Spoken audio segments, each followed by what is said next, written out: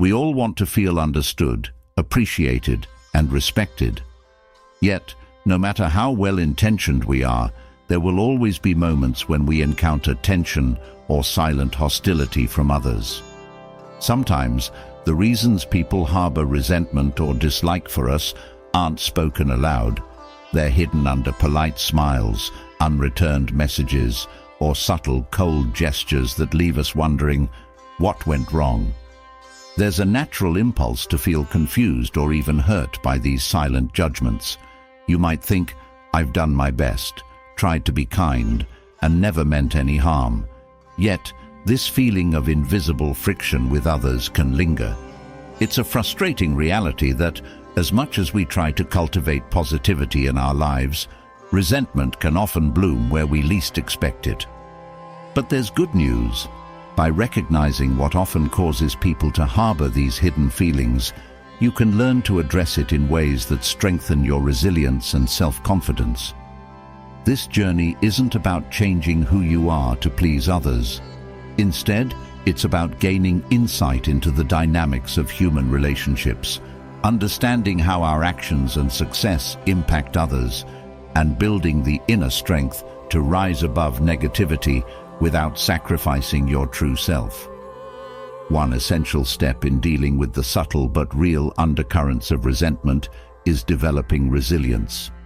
When others dislike or resent us, it often has much more to do with their inner struggles than with our character. Knowing this can empower you to stay grounded, even when faced with cold shoulders or unexplained hostility. Resilience in these situations doesn't mean ignoring the problem. It means facing it without letting it disrupt your peace. Self-worth plays a vital role too.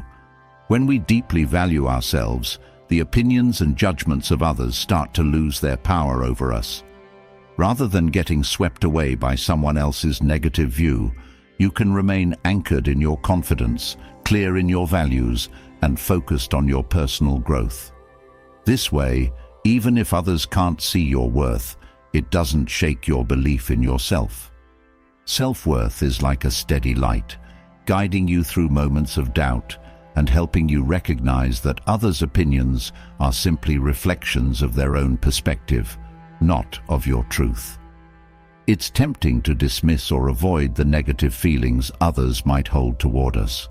However, by understanding the sources of resentment, you gain a powerful perspective on the human experience. You begin to see that everyone's journey is filled with challenges, insecurities, and moments of self-doubt. Recognizing that many of these hidden tensions stem from unresolved inner struggles helps you to respond with compassion rather than defensiveness. This isn't about excusing toxic behavior, but about understanding the complexities of human interactions. Sometimes, resentment is rooted in envy. Your achievements might unknowingly highlight another person's insecurities. Or perhaps your confidence is interpreted as arrogance by someone who feels insecure about their own self-worth. These responses are common, and they speak volumes about the fragility of the human ego. This awareness doesn't just benefit your relationships, it also frees you. When you understand that resentment is often more about the person feeling it than about you, it becomes easier to let go of their judgments. You start to see that you don't need to dim your light to keep others comfortable. Instead, you can shine confidently, knowing that the right people will appreciate your authenticity, while those who don't may be dealing with their own inner battles. By examining the reasons behind people's hidden resentment, you give yourself a gift, the freedom to be unapologetically yourself. This clarity allows you to move through life with the understanding that not everyone will celebrate your wins, and that's okay. What matters is that you continue to grow, live authentically, and focus on the things that bring you genuine fulfillment.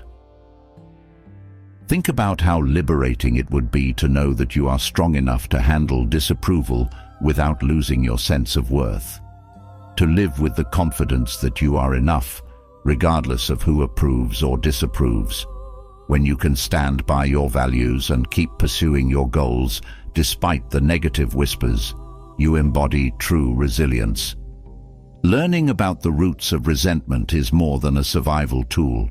It's a way to develop empathy and insight.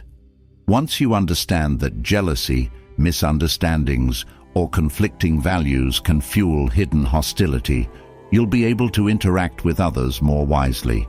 You'll see beyond the surface and understand that everyone carries invisible burdens.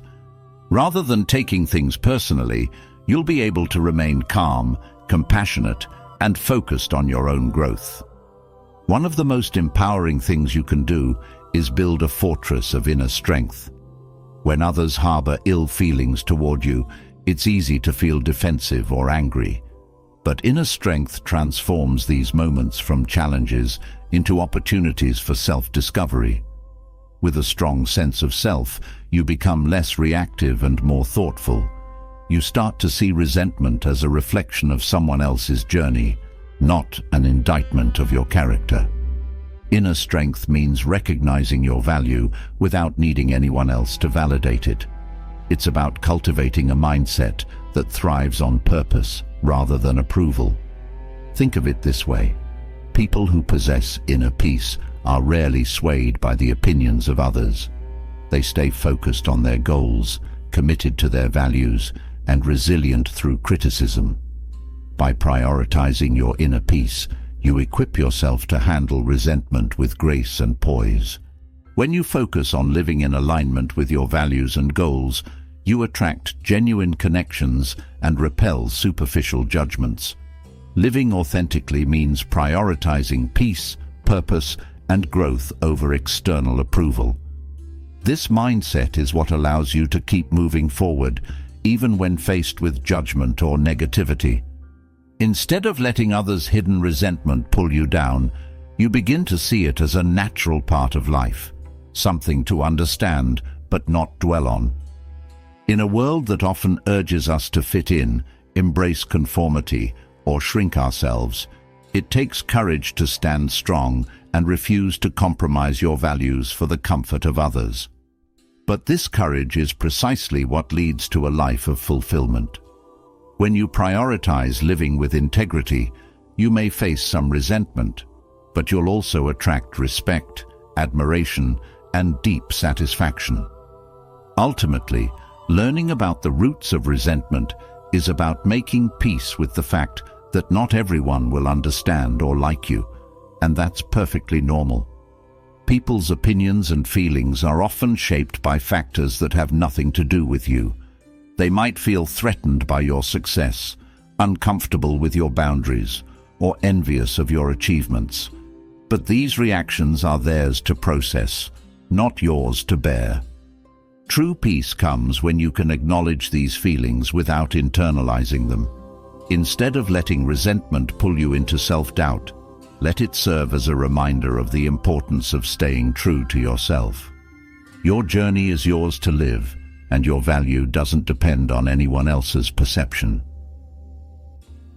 As you begin this exploration into the reasons others may harbor resentment toward you, embrace the freedom that comes from understanding it. You are here to live a life of purpose, joy, and growth, not to chase approval from those who may never offer it. This journey isn't about striving for universal acceptance. It's about becoming resilient enough to stay focused on your own goals, grounded in your values, and committed to a life that fulfills you. You are enough as you are. While others may misunderstand, judge, or resent you, remember that these reactions don't define your worth. When you learn to stand firm in who you are, you become unstoppable. You'll know that no amount of silent resentment can deter you from pursuing your passions, fostering meaningful connections, and living a life that brings you joy and peace. So, as you move forward, keep this truth close to your heart. Not everyone will understand you, and that's okay. Some will envy you, misunderstand you, or judge you without cause. But in the end, what matters most is that you understand yourself.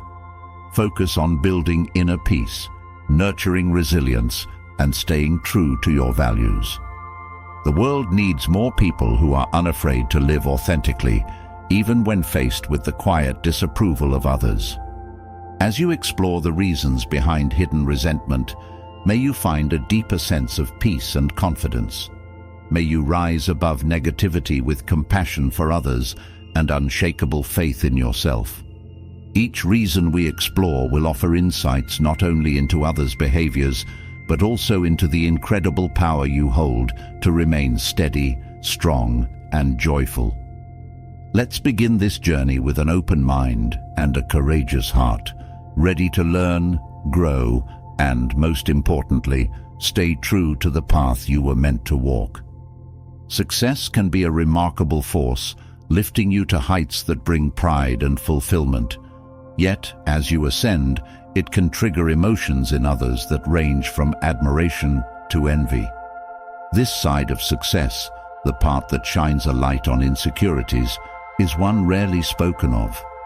How often have you felt the chill in someone's response when you shared good news, or sensed an invisible wall when you achieved something meaningful? There's a complex and often hidden world that opens up when your success casts a reflection on the fears, self-doubts, and unfulfilled aspirations of those around you. The truth is, the more you thrive, the more some people feel reminded of their own disappointments or insecurities. Instead of celebrating your growth, they may see it as an uncomfortable comparison to their own lives. They may not even realize it, but your success can stir a mirror to their own perceived shortcomings. For some, it's not just about what you've achieved, it's what they feel they haven't. And rather than seeking inspiration, they respond with jealousy, anger, or a subtle coolness that speaks louder than words. This envy can seep into relationships, adding strain and leading to misunderstandings that weigh heavily on both sides. Understanding this hidden tension can help you better navigate the reactions of others and empower you to keep growing without being dragged down by resentment or jealousy. It's essential to approach these situations with insight, compassion, and a resilient confidence in your journey. By recognizing the subtle ways envy manifests, you can move forward with greater wisdom and, importantly, keep your focus on what matters most: your continued growth, inner peace, and unshakable self-worth. When you succeed, it's natural for those close to you to feel proud and happy. However, success doesn't only highlight achievements, it often casts shadows on insecurities. When others see you reaching goals, it can bring their own unmet dreams and struggles into sharper focus. These feelings are complex and can trigger jealousy or resentment. For instance, a friend who is struggling to find direction might feel uncomfortable with your career growth, not because they truly dislike you, but because it intensifies their own inner battles. They might smile and say congratulations, but inwardly there's an ache, a reminder of where they wish they were but aren't. In these cases, the issue is rarely personal. It's not about what you've done, but about what they feel they haven't. Some people view success as a reflection of their self-worth, so when they see others achieving, it feels like an indirect critique of their own progress. This dynamic is heightened if they're comparing their lives to yours, feeling that they should be at a similar place. They may not even realize it, but each achievement you share can feed an unspoken comparison in their mind. Instead of drawing inspiration, they may feel that they're falling short, which builds resentment over time. One of the most common reactions to envy is silent judgment. While they might not openly criticize, their attitude shifts. They become distant, responding to your successes with lukewarm enthusiasm.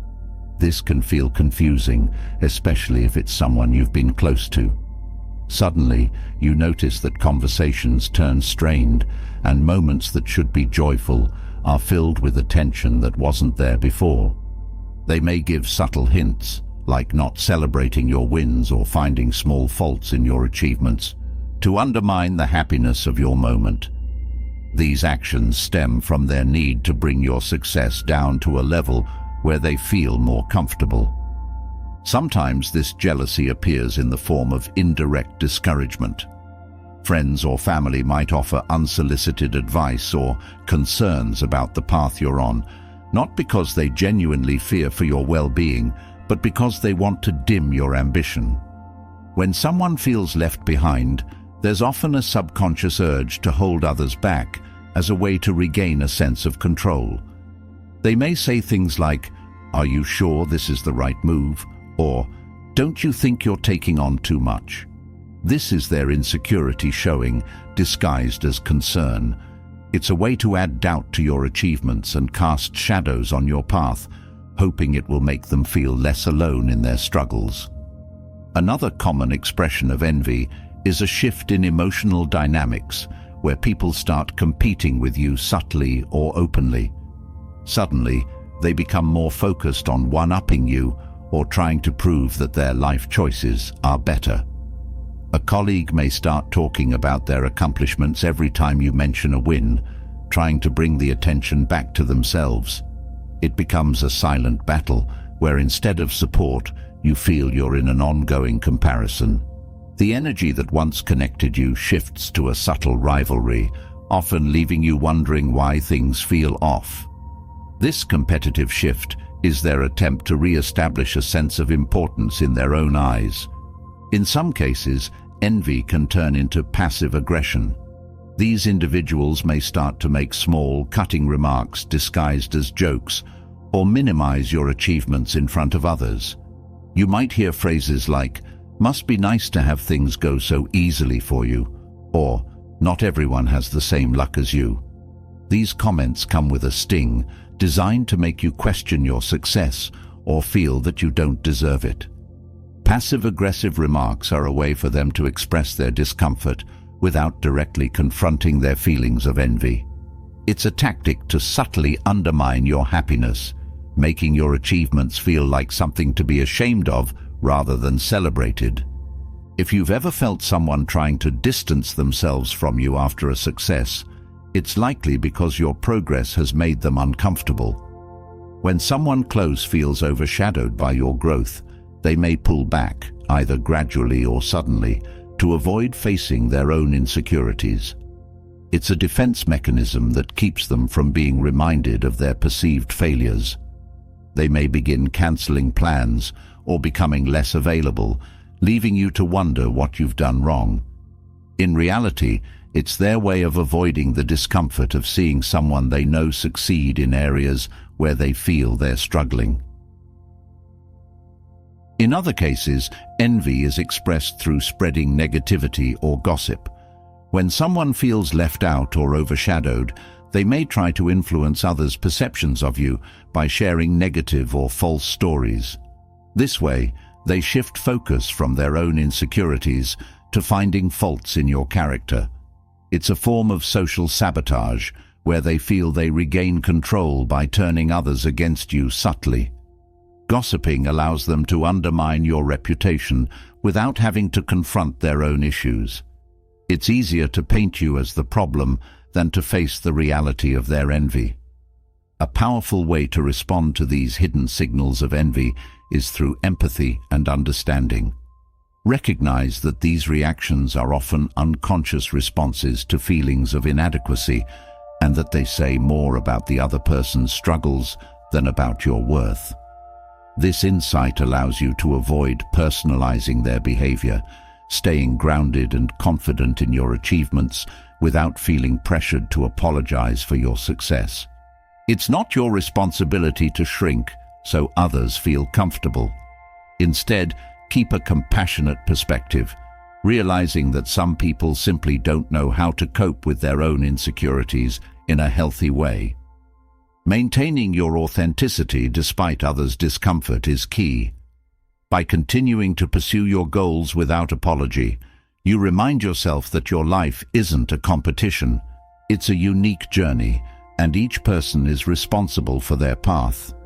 Staying true to yourself requires strength, but it also serves as a silent encouragement to those who are open to seeing your success as a source of inspiration rather than a threat. Being authentic means living fully without adjusting your happiness to accommodate the insecurities of others. Having boundaries is essential when dealing with envious behavior. Not every reaction deserves your attention, and not everyone's opinions deserve a place in your life. When someone consistently tries to undermine your achievements, distance yourself without guilt.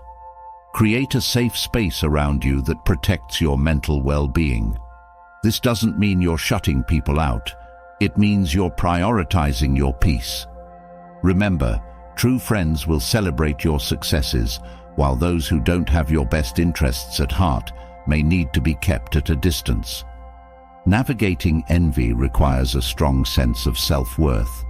It's easy to let others' reactions create self-doubt, but when you're grounded in your own value, these doubts fade. Self-worth isn't about needing validation from others. It's about recognizing your achievements for what they are, expressions of your hard work, dedication, and growth. Hold on to this truth and let it empower you to keep moving forward, regardless of who approves or disapproves. Cultivating resilience helps you remain steady in the face of envy. The more resilient you become, the less you're swayed by others' negativity. Resilience is a shield, allowing you to pursue your goals with focus and clarity, unaffected by the judgment or jealousy of others. Developing this inner strength gives you the freedom to continue evolving, knowing that your growth isn't dependent on others' approval. Choosing compassion over retaliation keeps your peace intact. When others act out of jealousy, it's easy to feel defensive. But responding with compassion rather than conflict allows you to preserve your energy. Understand that their envy is a reflection of their struggles, and show empathy where you can without compromising your boundaries. Compassion doesn't mean allowing negativity into your life. It means recognizing others' pain without letting it disrupt your own path. Remember that your success doesn't need to be justified or minimized. Own your journey with pride, knowing that you've earned every step. Others may struggle with their feelings, but that's not your burden to carry. By embracing your achievements fully, you set an example that inspires those who are ready to rise alongside you, while gracefully letting go of those who aren't. In doing so, you continue moving forward with a heart open to growth and a mind free from the weight of others' insecurities. Moving through life with authenticity and determination can invite not only admiration, but also hidden tension, and sometimes even envy. But often, the root of these issues isn't just about success or perceived differences. It can also stem from miscommunications and misunderstandings that pile up and linger. Small, unspoken missteps can lead to major rifts, silently turning good intentions into hidden resentment. Without even realizing it, a single offhand comment or a moment of distraction can be misinterpreted, leaving both sides feeling unheard or misunderstood. The smallest communication gaps can build walls that may not come down easily, adding strain and distance to even the closest relationships. Let's look deeply into how these seemingly minor disconnects can lead to lasting divides, and how to bridge them in meaningful, constructive ways. Misunderstandings are often born from assumptions. When we assume that someone knows what we mean or that we understand them without clarifying, we invite misinterpretation. These assumptions stem from our own perceptions and beliefs, which can vary widely from person to person. For instance, when someone is having a difficult day, a simple "Are you okay?" can be received as supportive or as intrusive, depending on the listener's mood and frame of mind. When assumptions are left unchecked, they turn into a breeding ground for misunderstanding. Rather than assuming, taking a moment to clarify intentions can prevent conflicts before they even start. Asking questions with openness and without presumption creates space for honest communication, where both people feel understood. In fast-paced conversations, tone and body language play a crucial role, often more so than the words themselves. A well-meaning remark, if delivered with a distracted tone or crossed arms, can come across as dismissive or condescending. Body language is subtle, but its impact is deep. When tone and non-verbal cues don't match the message, they create confusion. It's easy to dismiss non-verbal cues, thinking that words alone are enough to convey meaning, but the human mind picks up on these signals instinctively. This is why paying attention to both what you say and how you say it matters. A thoughtful tone, direct eye contact, and open posture can transform a conversation, making it feel genuine and intentional. Silence, too, can be misunderstood, leading to feelings of neglect or indifference. When we don't communicate openly, others are left to interpret our silence. In the absence of explanation, people often assume the worst. Silence can appear as a lack of interest, even if you're simply busy or preoccupied. It's essential to understand that not all silence is golden. Sometimes silence hurts. When we're too caught up to respond, a simple acknowledgement like, "I'll get back to you soon," can prevent unnecessary worry. Clear communication about availability helps people feel valued and prevents them from drawing negative conclusions from a lack of response. Another barrier in communication is rooted in overthinking. Sometimes we overanalyze a situation or the meaning behind someone's words, adding our own anxieties to their message. This mental spiral creates interpretations that don't align with reality, leading to an emotional response based on fiction, not fact. For instance, someone might interpret a brief response as a sign of disinterest, whereas the person could simply be busy. Overthinking adds layers that distort the actual message, transforming a small exchange into a personal affront. By practicing self-awareness, we can catch ourselves before diving into overanalysis, grounding ourselves in what was actually said instead of what we feared it might mean. Timing is a less obvious but significant factor in misunderstandings. Bringing up sensitive issues at a stressful time can lead to defensive reactions, even when the intent was purely to address concerns. Timing plays a role in receptiveness. When someone's mind is elsewhere, they may misinterpret your words or feel cornered, leading to tension that wasn't intended. Paying attention to when and how we approach certain conversations can make a meaningful difference in how they unfold. Instead of diving into difficult topics immediately, waiting for a moment when both parties are calm can allow for a more open and thoughtful exchange. Listening, or the lack thereof, also fuels misunderstandings. Many people listen not to understand, but to respond. When we're only half listening, we miss the nuances in someone's words, leading to shallow or incomplete understanding. This partial attention leaves the other person feeling misunderstood, as if their words were brushed aside. Active listening requires full presence, making an effort to catch not only the words, but the emotions behind them. When someone feels genuinely heard, the likelihood of misunderstanding is reduced, replaced with a sense of connection. Good listening isn't passive. It's an engaged, responsive process that involves seeking clarity before reacting.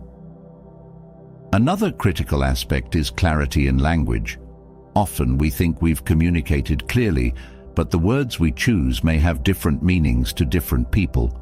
Phrases like, "we should talk more," or "I feel like you don't care," are vague and open to interpretation. When we leave statements open-ended, they're filled with personal interpretations based on each person's perspective. Instead of vague phrases, specific language helps avoid confusion. Saying, "Let's schedule a call to catch up weekly," or "It feels important to me when you ask about my day," provides clear guidance on what you need. Precision in communication reduces the room for interpretation, allowing intentions to be more easily understood. Frustration can arise from an inability to express complex emotions. Sometimes we feel a mix of emotions that we can't immediately put into words, and this emotional complexity can lead to misunderstandings. When our emotions are jumbled, it's easy for others to misinterpret our mood or intentions. Taking a moment to pause, reflect, and articulate what we feel before speaking can prevent confusion. Expressing emotions accurately, rather than projecting anger or sadness onto others without explanation, helps those around us respond with understanding rather than defensiveness. This thoughtful approach strengthens communication and helps avoid unnecessary friction. Expectations also play a hidden role in misunderstandings. Often, we expect people to know what we need without verbalizing it, assuming they'll naturally understand. When those expectations aren't met, frustration builds. For example, expecting a friend to reach out regularly but not expressing this desire can lead to feelings of neglect when they don't. Clear, expressed expectations prevent disappointment. By openly sharing our needs and boundaries, we allow others to respond genuinely. Expectations that remain unspoken lead to disappointment, creating tension based on assumptions rather than reality. Cultural differences can also create communication barriers. What seems like a harmless phrase or gesture in one culture can carry a different meaning in another. Even within the same language, regional or familial communication styles vary. Without an awareness of these differences, misunderstandings arise. Understanding and respecting these variations and taking the time to learn about others' backgrounds fosters empathy. This helps create an environment where intentions are interpreted accurately and cultural barriers are minimized. Awareness of diversity in communication styles encourages an inclusive, understanding approach that reduces the likelihood of unintentional offense. Emotional baggage, past experiences, and unresolved issues also distort communication.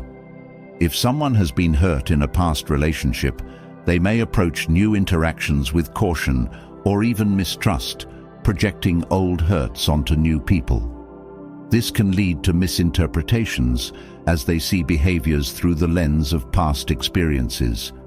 Being aware of one's own emotional history and how it affects present interactions can help in responding thoughtfully rather than reactively. Awareness of personal triggers allows for a clearer, more authentic exchange where responses aren't colored by old wounds. Overcommitment and stress lead to communication breakdowns as well. When people are overwhelmed, they have less patience and mental space to engage meaningfully.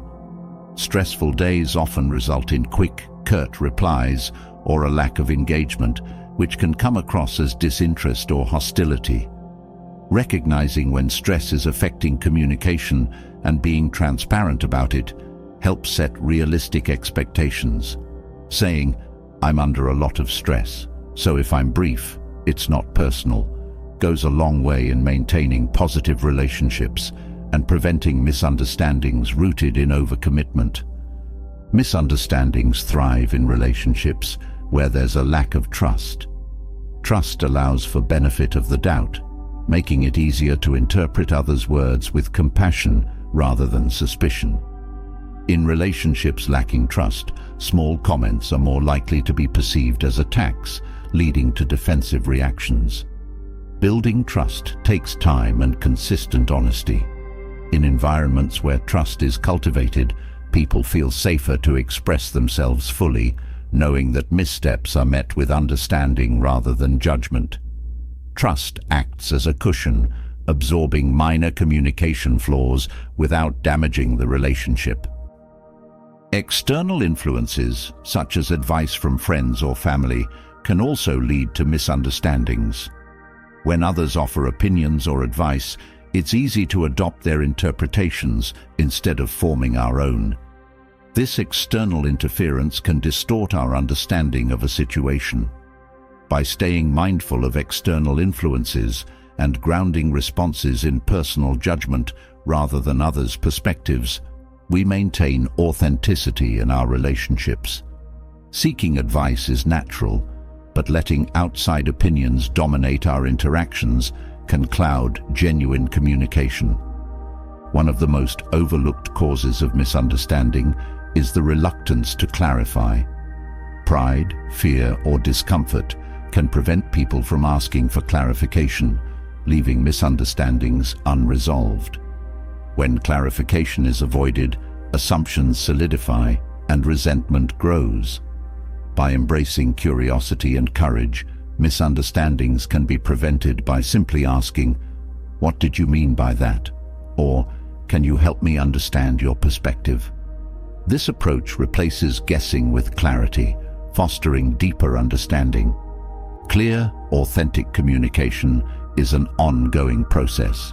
Misunderstandings will happen, but each of these factors offers an opportunity to learn, grow, and improve our connections with others. By becoming more aware of the subtle ways communication breaks down, we can engage with those around us in a way that reduces conflict and enhances mutual respect. Miscommunications, even the small ones, have a way of snowballing. What begins as a minor misunderstanding can gradually grow, pulling both parties into a cycle of confusion and hurt that wasn't there before. These subtle lapses in clarity or tone may seem inconsequential at first, but when left unaddressed, they sink deeper into the foundation of relationships, creating cracks that weaken trust.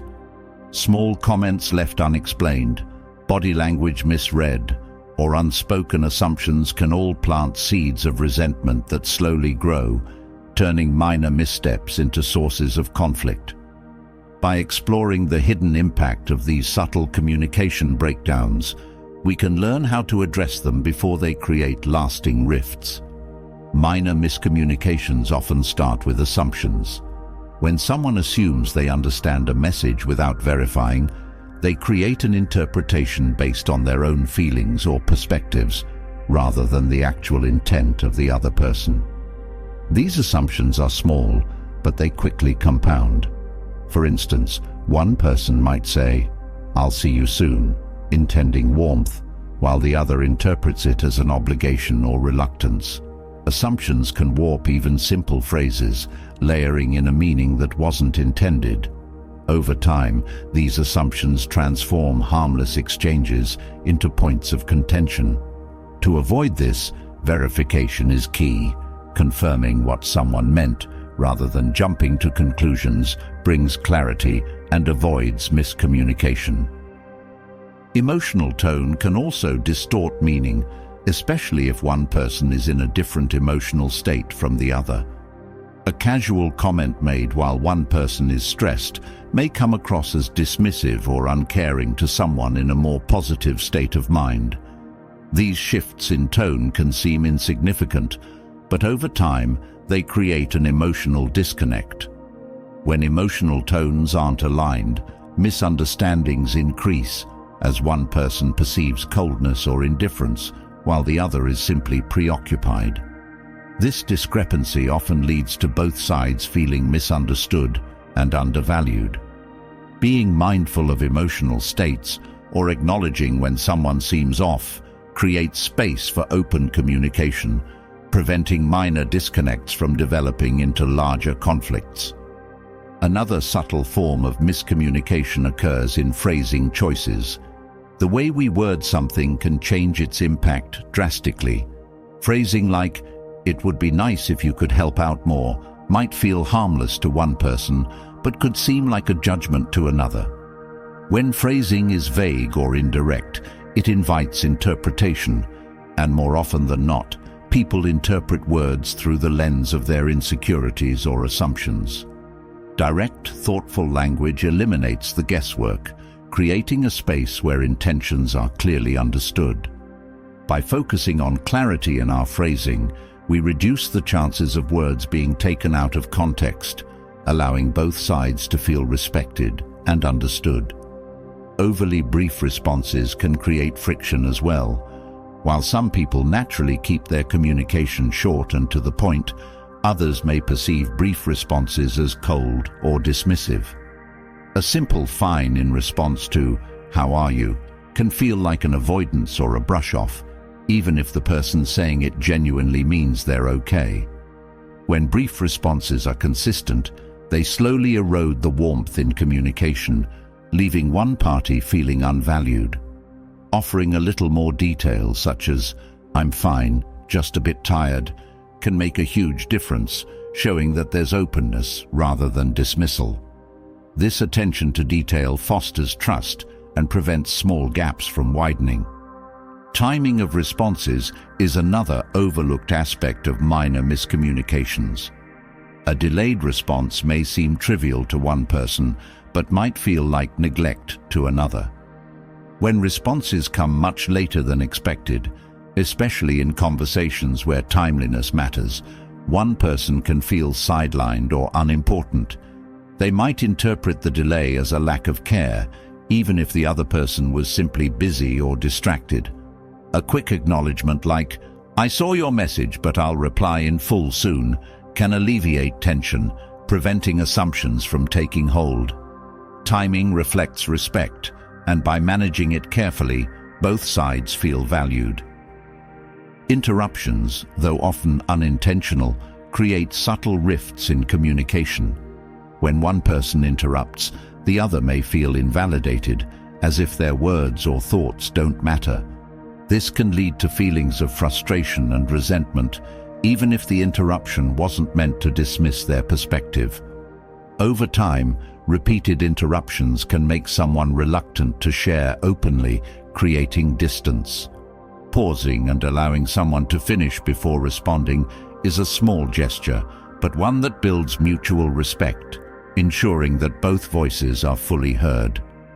Miscommunication also arises when people interpret the same words differently. Language is complex, and what seems straightforward to one person may hold a different meaning for someone else. Simple phrases like "soon" or "later" carry subjective meanings and can cause misalignment when each person interprets them based on personal standards. One person might think "soon" means within an hour, while another considers it to mean within a day. Defining vague terms, even briefly, brings clarity and reduces the potential for misunderstandings. Clear language creates a shared understanding, making intentions transparent. In emotional conversations, lack of follow-up can add to miscommunication. When someone shares something personal or important, failing to follow up later can feel like disregard. They might feel that their concerns or feelings weren't taken seriously, leading to a sense of emotional distance. Follow-up, even in small ways, shows that you care beyond the immediate conversation, reinforcing the connection and preventing feelings of neglect. Remembering and acknowledging past conversations helps people feel valued and heard, showing that their experiences matter. Nonverbal cues play a huge role in miscommunication too. Facial expressions, gestures, and posture all convey messages, sometimes more strongly than words themselves. A simple eye roll or crossed arms can be misread as disinterest or judgment, even when that wasn't the intent. Misinterpreted body language creates unspoken tension, adding layers of discomfort to future interactions. Being mindful of body language and making it more intentional, smiling, nodding, maintaining open gestures, communicates genuine interest and openness, preventing minor nonverbal missteps from leading to emotional disconnect. When we communicate indirectly, expecting the other person to get it, we set the stage for misunderstanding. Many people struggle to say what they truly mean, resorting to hints or vague comments, hoping the other person will interpret correctly. This indirectness leads to frustration when the other person doesn't respond as expected. Clear, direct communication takes the guesswork out of interactions, reducing the emotional strain that comes from wondering if someone truly understood our needs or feelings. Saying exactly what we mean fosters transparency, allowing for smoother, more authentic exchanges. In close relationships, repeating unaddressed behaviors can lead to built-up frustration, making minor issues seem far more significant than they are. If one person consistently leaves tasks incomplete, for example, the other may interpret it as disregard, even if there's no such intent. Addressing minor issues as they arise prevents them from accumulating into deeper resentments. By speaking up early, small habits don't have the chance to turn into recurring frustrations, allowing both parties to address concerns before they grow into conflicts. Communication that's too polite or formal in personal relationships can also create distance. While politeness is valuable, being overly formal can come across as insincere, especially among friends or family. People generally feel more connected through relaxed, natural language. When someone uses formal language in a familiar relationship, it might give the impression of detachment. Speaking in a warm, authentic tone helps maintain closeness and prevents the coldness that overly polite communication can create. Fear of confrontation leads many to avoid addressing small misunderstandings, but this avoidance allows them to grow. When people sidestep issues, it creates an environment where small irritations fester. For example, if someone frequently cancels plans at the last minute and the other person never addresses it, it can lead to built-up resentment. Addressing minor issues openly prevents them from becoming larger conflicts. Practicing gentle honesty, addressing behaviors without accusation, allows both sides to feel comfortable resolving minor issues before they escalate. Sarcasm or humor can also lead to miscommunication. While joking lightens conversation, it can sometimes mask real feelings or cause offense if misinterpreted. Sarcasm, in particular, can leave people questioning the true intent behind words. Using humor carefully and ensuring it aligns with the other person's sense of humor keeps interactions genuine and respectful. Avoiding sarcasm in serious conversations helps ensure that emotions are communicated clearly, reducing the risk of misunderstandings. Text-based communication, while convenient, lacks tone and nonverbal cues, making it prone to misinterpretation. What might be a harmless comment in person can appear curt or dismissive over text. For instance, a short reply like "okay" can feel blunt without additional context, leading to misunderstandings about tone.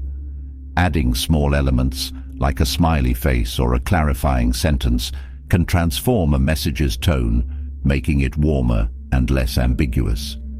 In more serious matters, opting for voice or face-to-face communication when possible can prevent the misunderstandings common in text exchanges. Overlooking cultural or personal context contributes to miscommunication. Each person brings unique backgrounds and communication styles to interactions. A phrase that feels supportive in one culture might be seen as invasive in another. Personal context matters too. What feels comfortable for one person might not for another, based on their past experiences. Recognizing and respecting these individual differences fosters a space where intentions are less likely to be misinterpreted. Being attentive to personal and cultural context encourages empathy and helps bridge communication gaps, strengthening connections. These seemingly small miscommunications, when left unchecked, have a way of creating distance in relationships, leading to conflicts that might seem trivial but are felt deeply. By recognizing how these minor misunderstandings unfold, we gain the power to prevent deeper rifts. Through attention to tone, phrasing, timing, and clarity, we can bring greater authenticity and mutual respect into our interactions, keeping minor missteps from transforming into lasting conflicts. When minor miscommunications pile up, they can lead to feelings of unease and misunderstanding. But sometimes, the divide runs deeper than mere words. Clashing values and beliefs can create an almost invisible barrier between people, leading to tension that's not easily resolved. These conflicts aren't about simple misunderstandings or timing issues. They strike at the core of who we are and what we hold dear. Such differences can cause strain, frustration, or even resentment when both sides feel misunderstood or invalidated. These moments reveal how essential it is to approach differing values with both understanding and patience, allowing for meaningful connections even amid deeply rooted differences. When values clash, it often begins with the feeling that another person's beliefs are challenging our own. When we see someone living in a way that contradicts our values, it can feel unsettling, almost as if their choices are a critique of ours. For example, someone who values traditional family roles might struggle to understand or accept the lifestyle of someone who believes in independence or non-traditional partnerships. This doesn't mean that either person's values are inherently right or wrong, but their different perspectives can lead to an underlying tension. If left unaddressed, this tension grows, subtly affecting how they interact. By recognizing that our values are personal guides, not universal rules, we can begin to see others' choices with less judgment, fostering a sense of respect even when we disagree. The language of values is complex, often rooted in culture, upbringing, and personal experiences. What one person sees as a moral necessity, another might view as restrictive or unnecessary. These differences become particularly challenging when both sides feel that their values are essential to their identity. For instance, a person raised to value modesty might feel uncomfortable around someone with a more liberal view of self-expression. This isn't a matter of who's right, but of perspective. Such deep-rooted beliefs are difficult to alter because they're woven into our sense of self. Recognizing this, it's essential to approach differences with the understanding that values are personal. They are reflections of what each person needs to feel complete. Accepting that others may not see the world as we do allows space for mutual respect without forcing either side to compromise their beliefs. The human mind often seeks validation from others, and this need can exacerbate value-based conflicts. When our values aren't shared by others, we may feel isolated or even defensive, as if our way of life is under threat. For example, a person deeply invested in environmental sustainability might feel disheartened by someone who doesn't prioritize eco-friendly choices. This divide doesn't necessarily make one person superior. It simply highlights the contrasting priorities that individuals have. The solution isn't convincing others to adopt our values, but finding ways to coexist respectfully.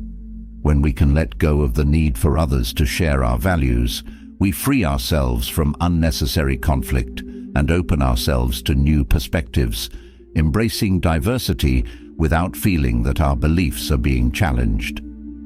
Expectations can deepen the impact of value clashes. When we assume that others will share our beliefs simply because they're close to us, we set ourselves up for disappointment. It's natural to think that those who are important in our lives will see the world as we do, but this isn't always the case. A parent might expect their child to uphold family traditions, while the child feels compelled to carve their own path. This expectation creates tension, often leading to disappointment and frustration on both sides.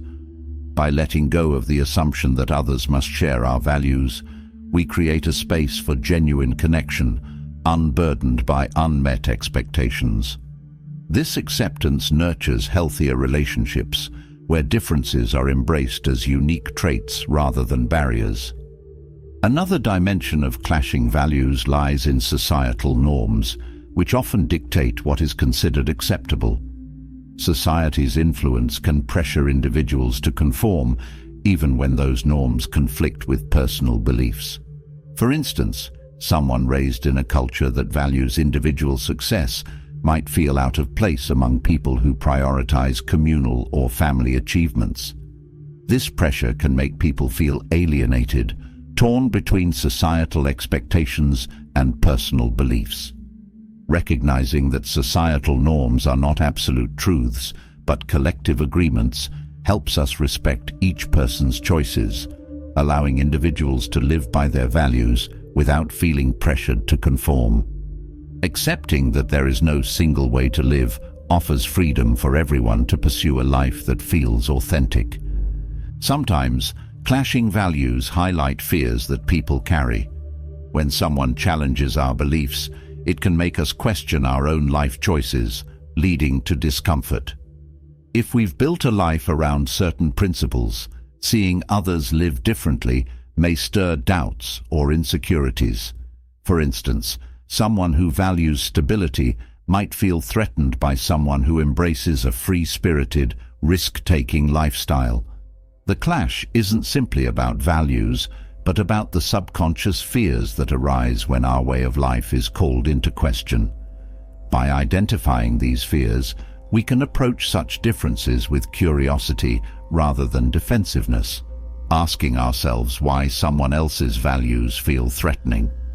This introspection opens doors to deeper self-understanding, allowing us to accept others without feeling compelled to defend our own choices. Communication becomes challenging when values clash, because each person feels strongly that their perspective is valid. When both sides are rooted in their beliefs, discussions often turn into debates, with each person trying to convince the other rather than seeking understanding. In these moments, a calm approach becomes invaluable. Instead of attempting to change someone's mind, practicing active listening and asking questions to understand their perspective shifts the focus from debate to dialogue. This approach fosters respect, as each person feels heard rather than challenged.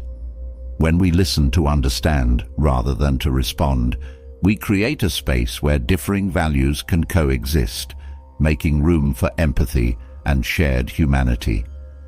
It's common for people to assume that differences in values mean a lack of compatibility, but this isn't always true. Many meaningful relationships thrive despite value differences because both parties are willing to see beyond them. When we approach relationships with an open mind, we realize that compatibility isn't about identical values, but about mutual respect. Even if two people have opposing views, they can still find common ground by focusing on shared goals, humor, or experiences. Embracing differences as strengths rather than weaknesses allows relationships to grow in diverse ways, where both parties appreciate each other's uniqueness without feeling the need to alter their core beliefs. Conflicts over values often reveal the boundaries we place around ourselves. Boundaries are necessary for personal well-being, but they can also create emotional walls that prevent meaningful connections. For example, someone who values independence may set firm boundaries to protect their freedom, while someone who values closeness might interpret these boundaries as rejection. Recognizing that boundaries are not meant to offend, but to honor individual needs, helps bridge the divide between differing values. By respecting each person's boundaries, we can maintain relationships that are supportive rather than restrictive, where values coexist without the need to infringe upon one another's personal space. When people don't feel accepted for their values, they may become defensive, even in subtle ways. This defensiveness can appear as a need to constantly justify one's beliefs, making every interaction feel like a battle for validation. For instance, someone who values minimalism may feel pressured to explain their lifestyle choices in a consumer-driven society. This defensiveness, however, only fuels conflict. By accepting that not everyone needs to understand or approve of our values, we release the need for validation, finding peace within ourselves. When we no longer seek others' approval for our beliefs, we communicate from a place of calm rather than defense, reducing the potential for conflict. Family dynamics often amplify value clashes, especially when multiple generations are involved. Generational gaps bring distinct perspectives shaped by different times, experiences, and social changes. A grandparent may hold traditional beliefs that their grandchildren don't share, leading to misunderstandings. Each generation's values are shaped by unique cultural influences, and expecting uniformity across generations leads to frustration. Acknowledging generational differences with openness can reduce conflict, allowing each person to feel respected in their own perspective. When families view these differences as opportunities for learning rather than sources of tension, they create an environment where each member can express themselves freely, fostering unity despite diversity. Value clashes sometimes cause people to distance themselves, avoiding situations or conversations that might bring conflict. While space is sometimes necessary, distancing too much can lead to a gradual breakdown of the relationship. Avoidance prevents resolution, allowing minor disagreements to become silent divides.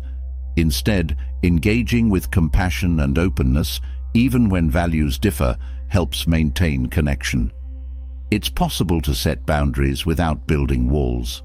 Rather than withdrawing, choosing respectful engagement reinforces relationships, showing that differences in values don't have to mean separation. At times, values clash within ourselves, where personal growth challenges old beliefs. As people evolve, they may find themselves questioning values they once held dear. This internal conflict can reflect outwardly, causing tension with others who still share those old values. For instance, someone who grew up valuing ambition might shift toward valuing simplicity, leading to misunderstandings with friends who continue to prioritize success. This internal journey requires patience and self-compassion, allowing space for growth while recognizing that others may not be on the same path. Embracing personal evolution without expecting others to follow creates harmony within and respect for the unique journeys of those around us. Clashing values often reveal how deeply we're influenced by our environments. Community, family, and social circles all shape beliefs, sometimes subconsciously. When someone from a different environment introduces a new perspective, it can feel uncomfortable, as if our familiar worldview is being questioned. Understanding that our values are influenced by external factors can help us approach new perspectives with curiosity rather than suspicion. By seeing value differences as a chance to broaden our worldview, we gain insight into diverse ways of living, enriching our understanding of the world and breaking down the mental walls that separate us. Differences in values can sometimes push people to redefine their priorities. When we encounter people who see the world differently, it encourages reflection on what truly matters. These encounters challenge us to either reinforce our beliefs or adapt, leading to personal growth. Someone who values career success might, upon meeting someone who values family time, reconsider how they balance their life. These moments of reflection encourage us to refine our values consciously, making choices that resonate more deeply with our true selves. By viewing differing values as an opportunity for self-reflection, we turn conflict into a journey of personal discovery. Navigating clashing values requires understanding, resilience, and an open heart. While differences can create tension, they also offer a path to deeper connections. Through respect, acceptance, and a commitment to honest communication, we find that even contrasting beliefs can coexist in harmony, enriching relationships rather than dividing them. Embracing value differences with grace allows us to build bridges over gaps, strengthening bonds without requiring anyone to compromise their individuality. In close relationships, clashing values can quietly set the stage for tension, even when there's genuine care and respect. Unlike visible disagreements, this tension is often unspoken, lingering beneath everyday interactions and slowly affecting the bond between people. When fundamental beliefs don't align, Both sides may feel a subtle disconnect, as if they're moving in slightly different directions without realizing it. It's not necessarily about having different goals or preferences, but about how each person's deeply held values shape their choices and worldview. Over time, these differences can create a sense of distance that's hard to pinpoint, yet impossible to ignore. Core values are often deeply ingrained, reflecting our most personal beliefs about life, relationships, and purpose. They guide us in our decision-making and influence what we prioritize. When we encounter someone with different core values, it can feel as if there's a gap in understanding, even if the relationship is positive overall. For example, someone who values independence might feel tension around a person who values togetherness above all else. The independent person may feel overwhelmed, while the other feels neglected or unimportant. This difference creates a quiet friction that both parties might sense but struggle to articulate. Recognizing this tension as a natural outcome of differing values rather than as a personal flaw can help reduce misunderstandings, allowing both people to approach each other with empathy. Often, underlying tension arises from unmet expectations rooted in our core beliefs. When one person expects a certain behavior based on their values, they may feel frustrated if the other person doesn't meet those expectations. For instance, someone who values timeliness might feel disrespected when their friend frequently arrives late, even if the friend means no harm. This difference in priorities leads to silent frustration, which can accumulate over time. Addressing these expectations openly can bridge the gap, allowing both sides to understand each other's priorities. By expressing values and needs clearly, each person can decide how to meet in the middle, reducing the potential for resentment. Differences in values also impact communication styles, creating a hidden layer of tension. When one person values directness while the other prefers a more gentle approach, even simple conversations can feel tense. The direct communicator may view the gentle communicator as evasive, while the gentle communicator perceives directness as harsh.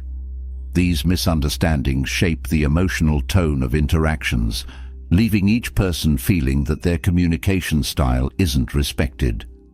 To ease this tension, both parties must recognize that neither style is superior.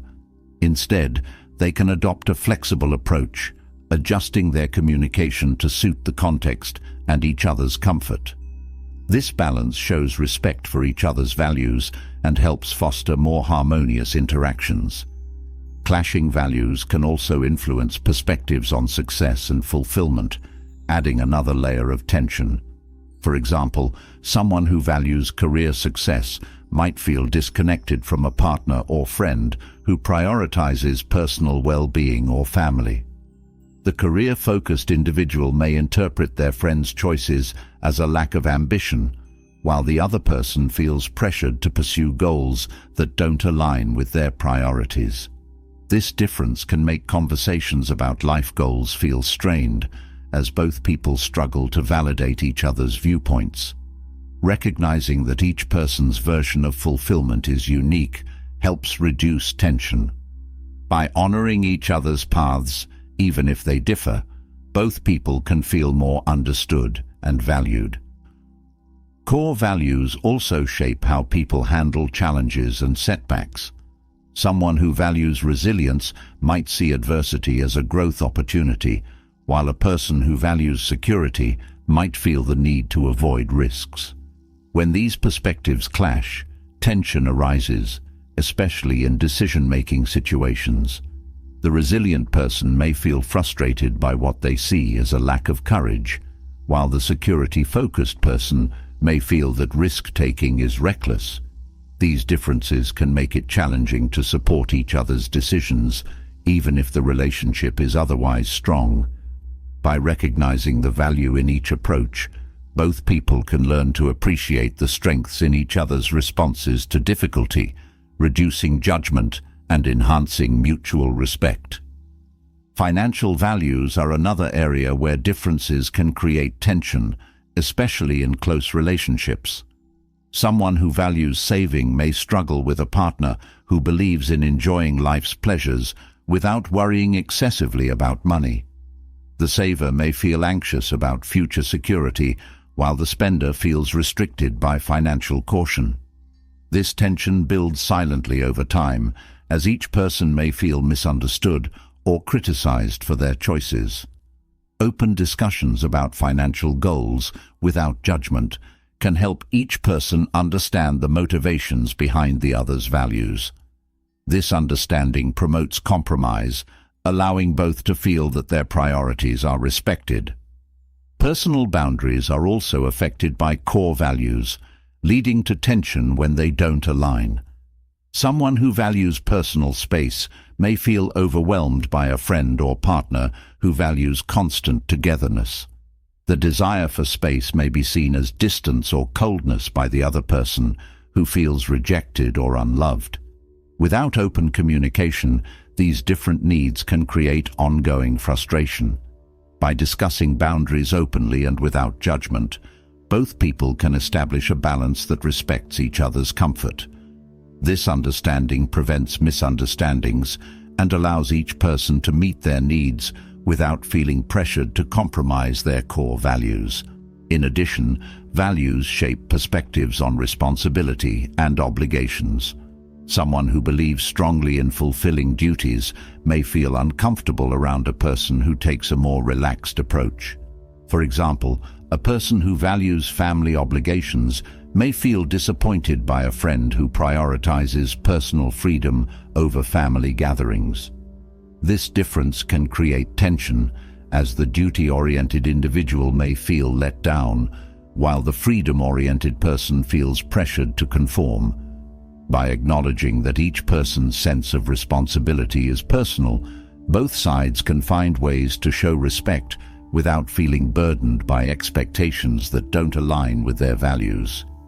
Different approaches to conflict resolution, guided by core values, can also be a source of tension. One person may value addressing issues directly, while the other prefers a more reflective approach. In disagreements, these contrasting styles can create frustration, as the direct person feels the other is avoiding the issue, while the reflective person feels rushed or pressured. These differences often make it difficult to reach a resolution, with both people feeling unheard.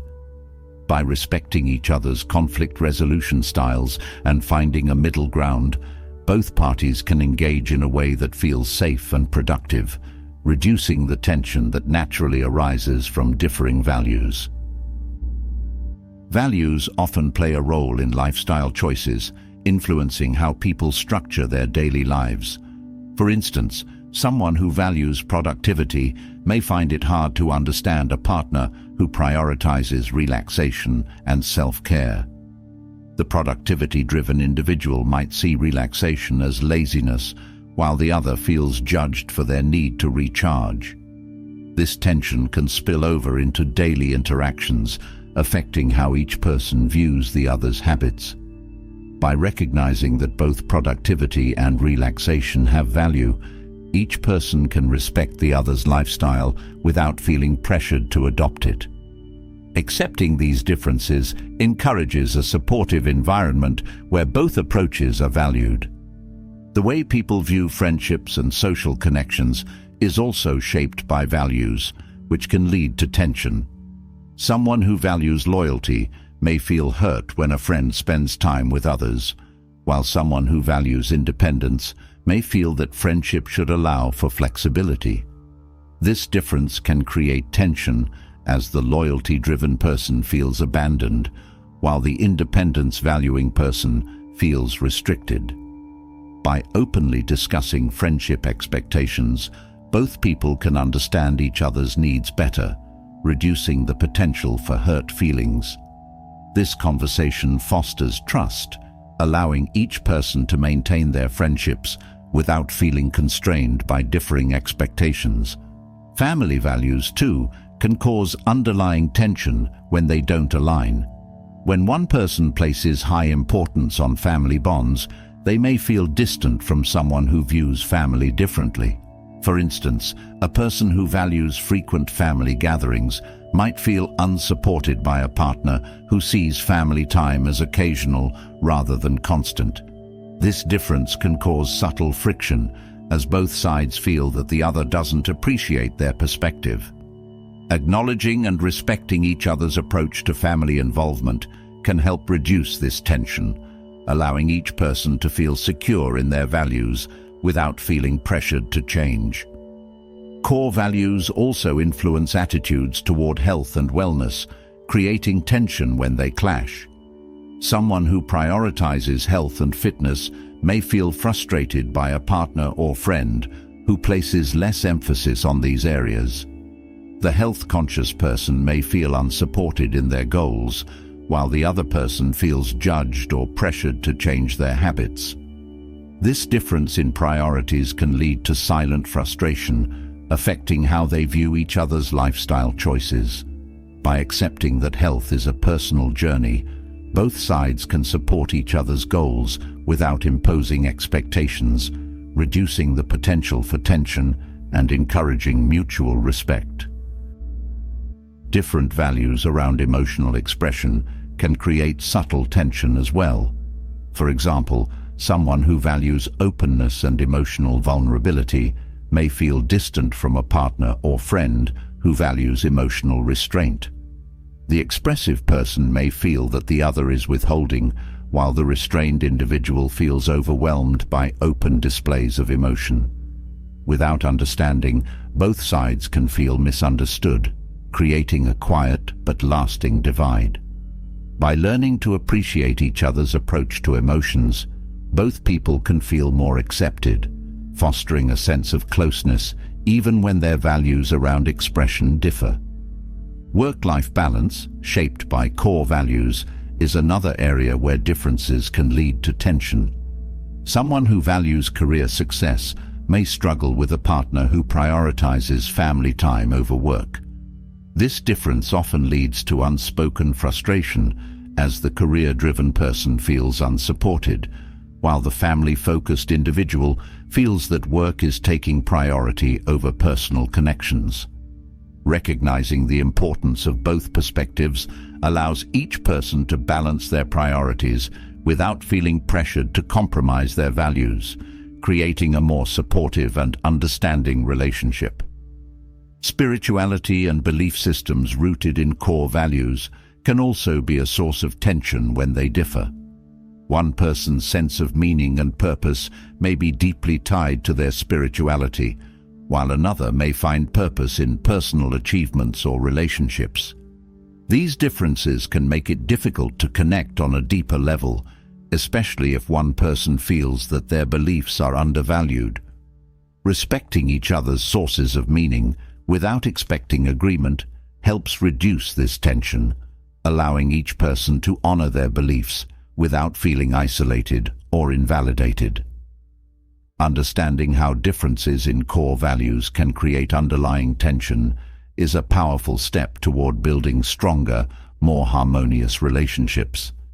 By recognizing these points of friction and approaching them with empathy, both sides can maintain their individuality while fostering a connection that respects and values their unique perspectives. This approach strengthens bonds, allowing differences to coexist peacefully, even enriching the relationship by offering new ways of seeing the world. When values and beliefs clash, they can create a quiet strain in relationships, but sometimes the harm comes not just from differing perspectives, but from words spoken behind closed doors.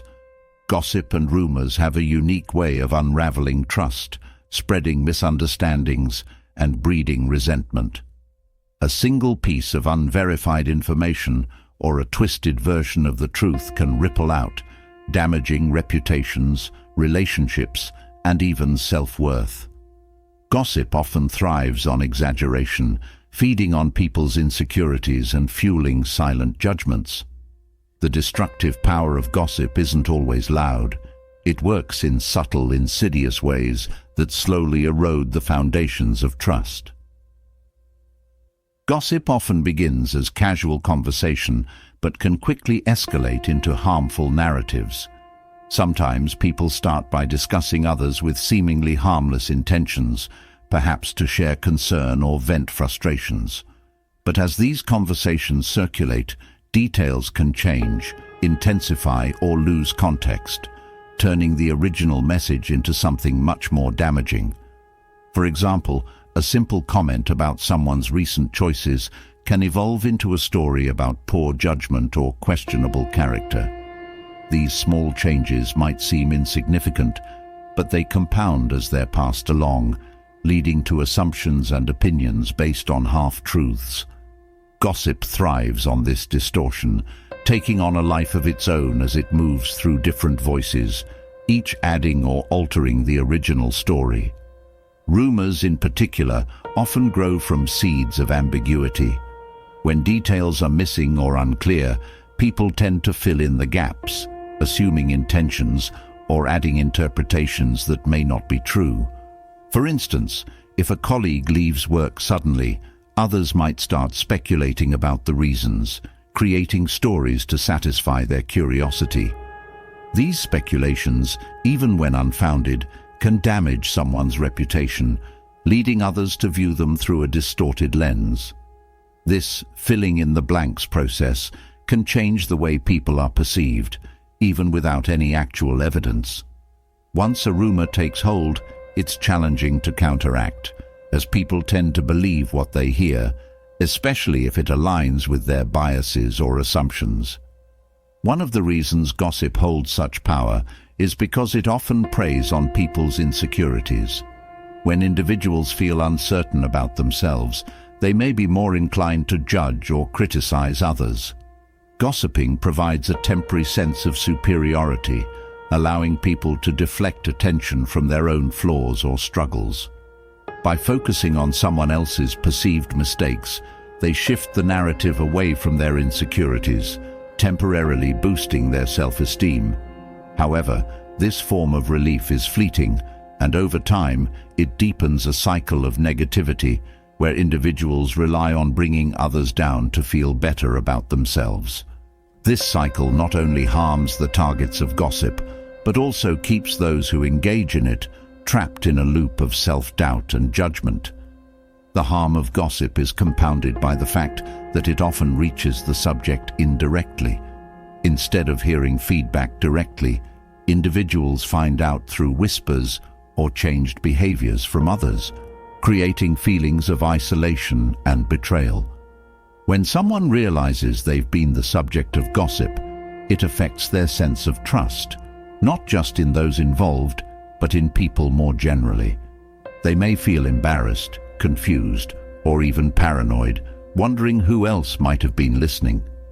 The indirect nature of gossip makes it especially hurtful, as it robs people of the opportunity to clarify or defend themselves.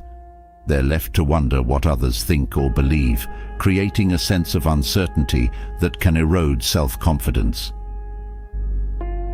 Another damaging aspect of gossip is that it often targets people during their vulnerable moments. When someone is going through a challenging time, they may make choices that others don't understand or agree with, providing fuel for gossip. Instead of offering support or empathy, people discuss these choices in judgmental ways, spreading narratives that misrepresent the person's true intentions or circumstances. This lack of compassion deepens the harm of gossip, as it kicks people when they're down, making their struggles feel even more isolating. The true cost of gossip lies in its ability to magnify people's hardships, making them feel judged at times when they most need understanding. Gossip can also disrupt group dynamics, creating divisions that make cooperation and mutual respect difficult. In workplaces, for example, gossip can undermine team unity as people begin to question each other's loyalty or intentions. If a rumor spreads about one person receiving special treatment or taking credit for others' work, it can create resentment among colleagues, even if the rumor is false. This tension hinders productivity, as people become more focused on office politics than on collaborative goals. Gossip creates an environment of suspicion where people hesitate to trust each other, fearing that anything they say might be twisted or used against them. This atmosphere disrupts both professional and personal relationships, fostering a culture of mistrust. The presence of gossip can also cause people to withhold information or ideas, fearing that their words might be taken out of context and shared inappropriately. When people sense that others are quick to spread stories or speculate, they become guarded, limiting open communication.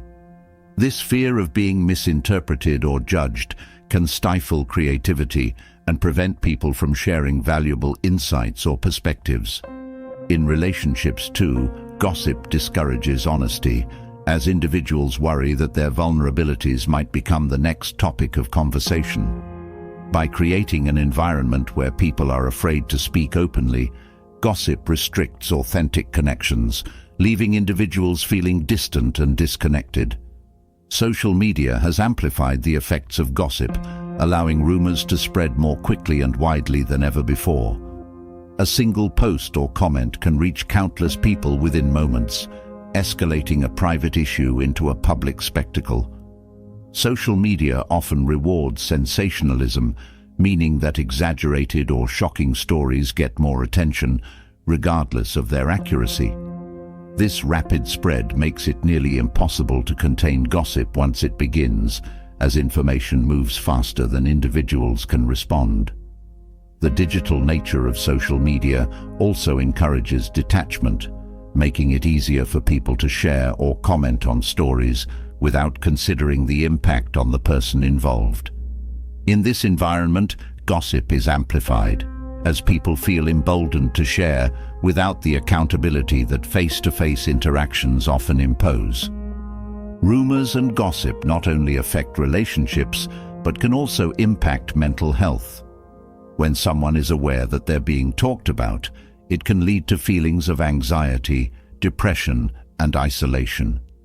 Constantly worrying about what others might be saying creates a heightened sense of self-consciousness, making everyday interactions feel stressful.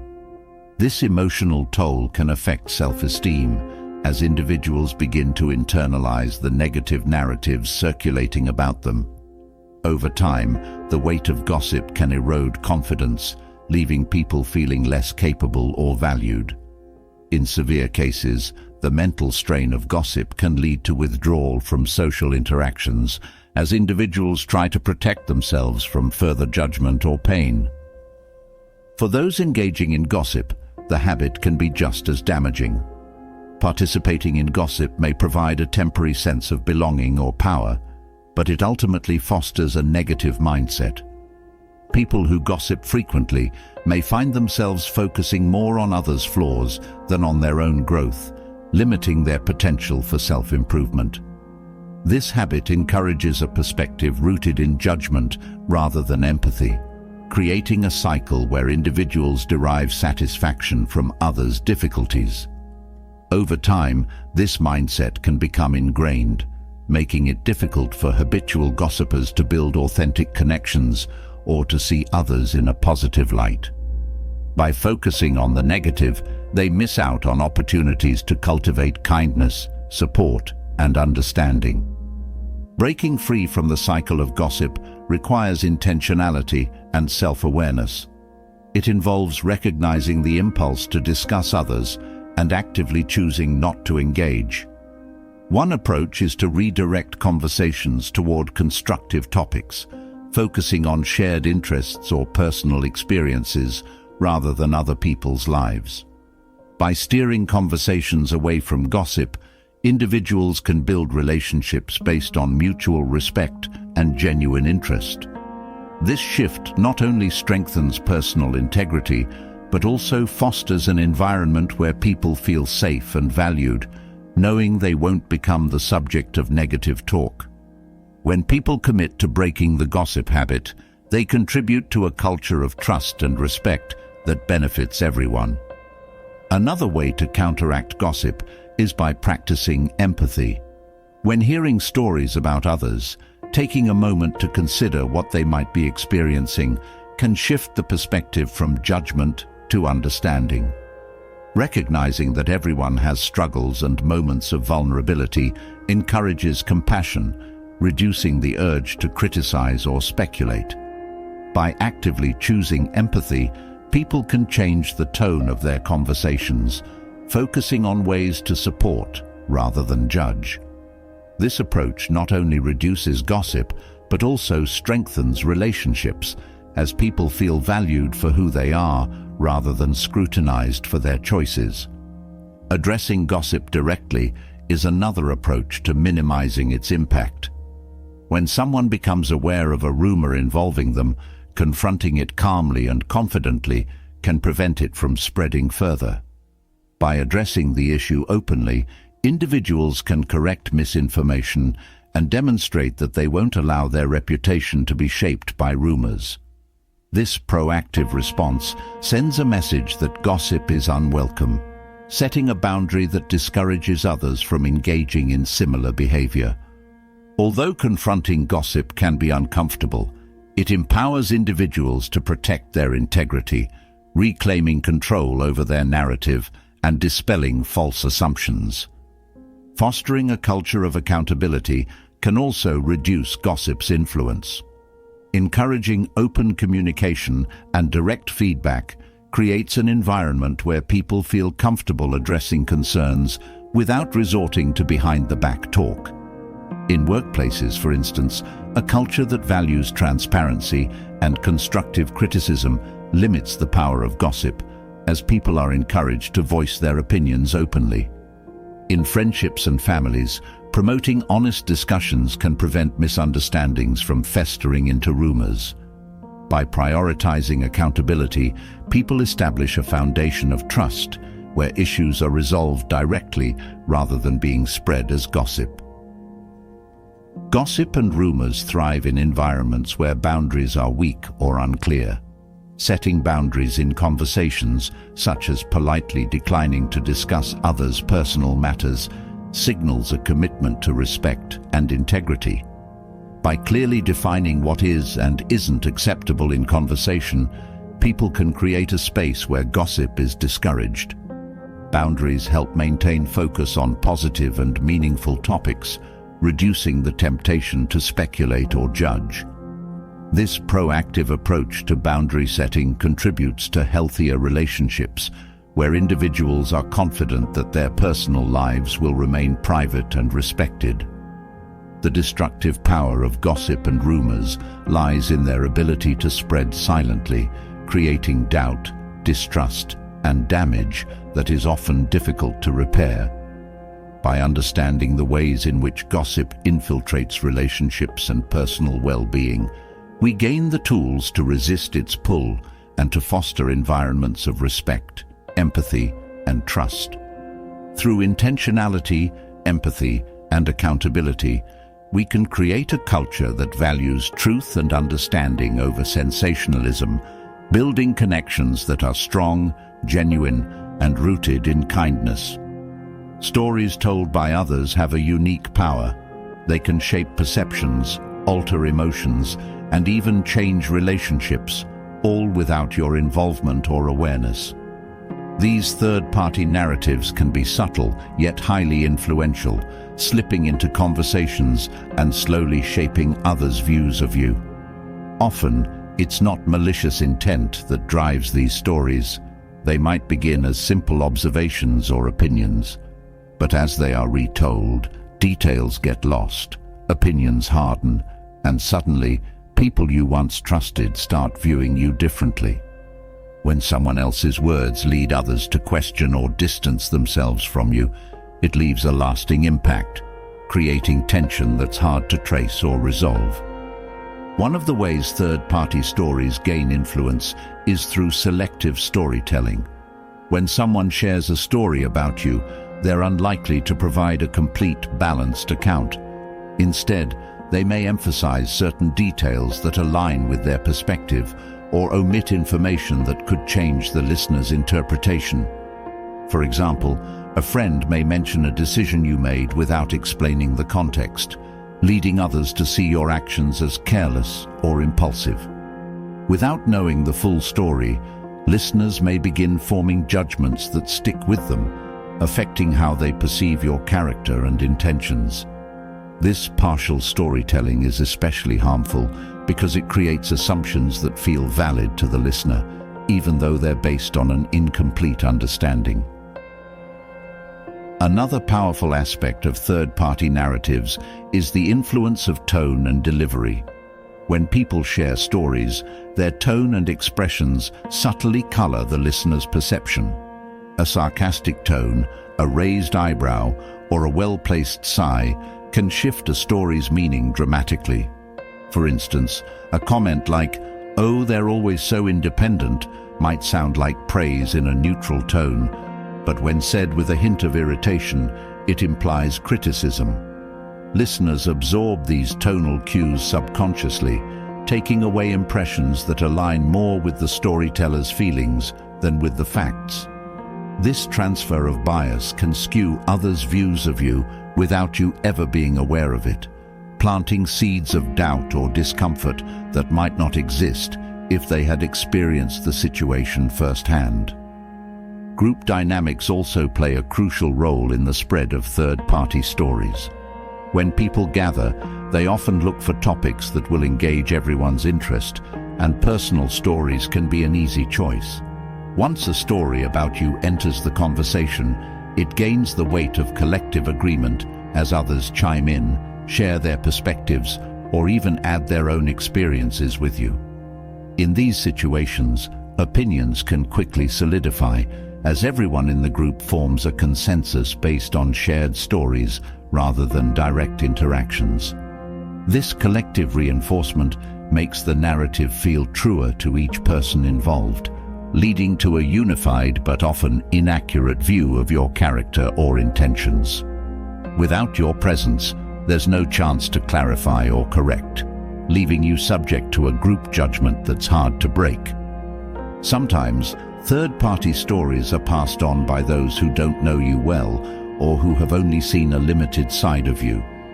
These acquaintances may interpret behaviors or comments through their own limited perspective, creating an incomplete picture.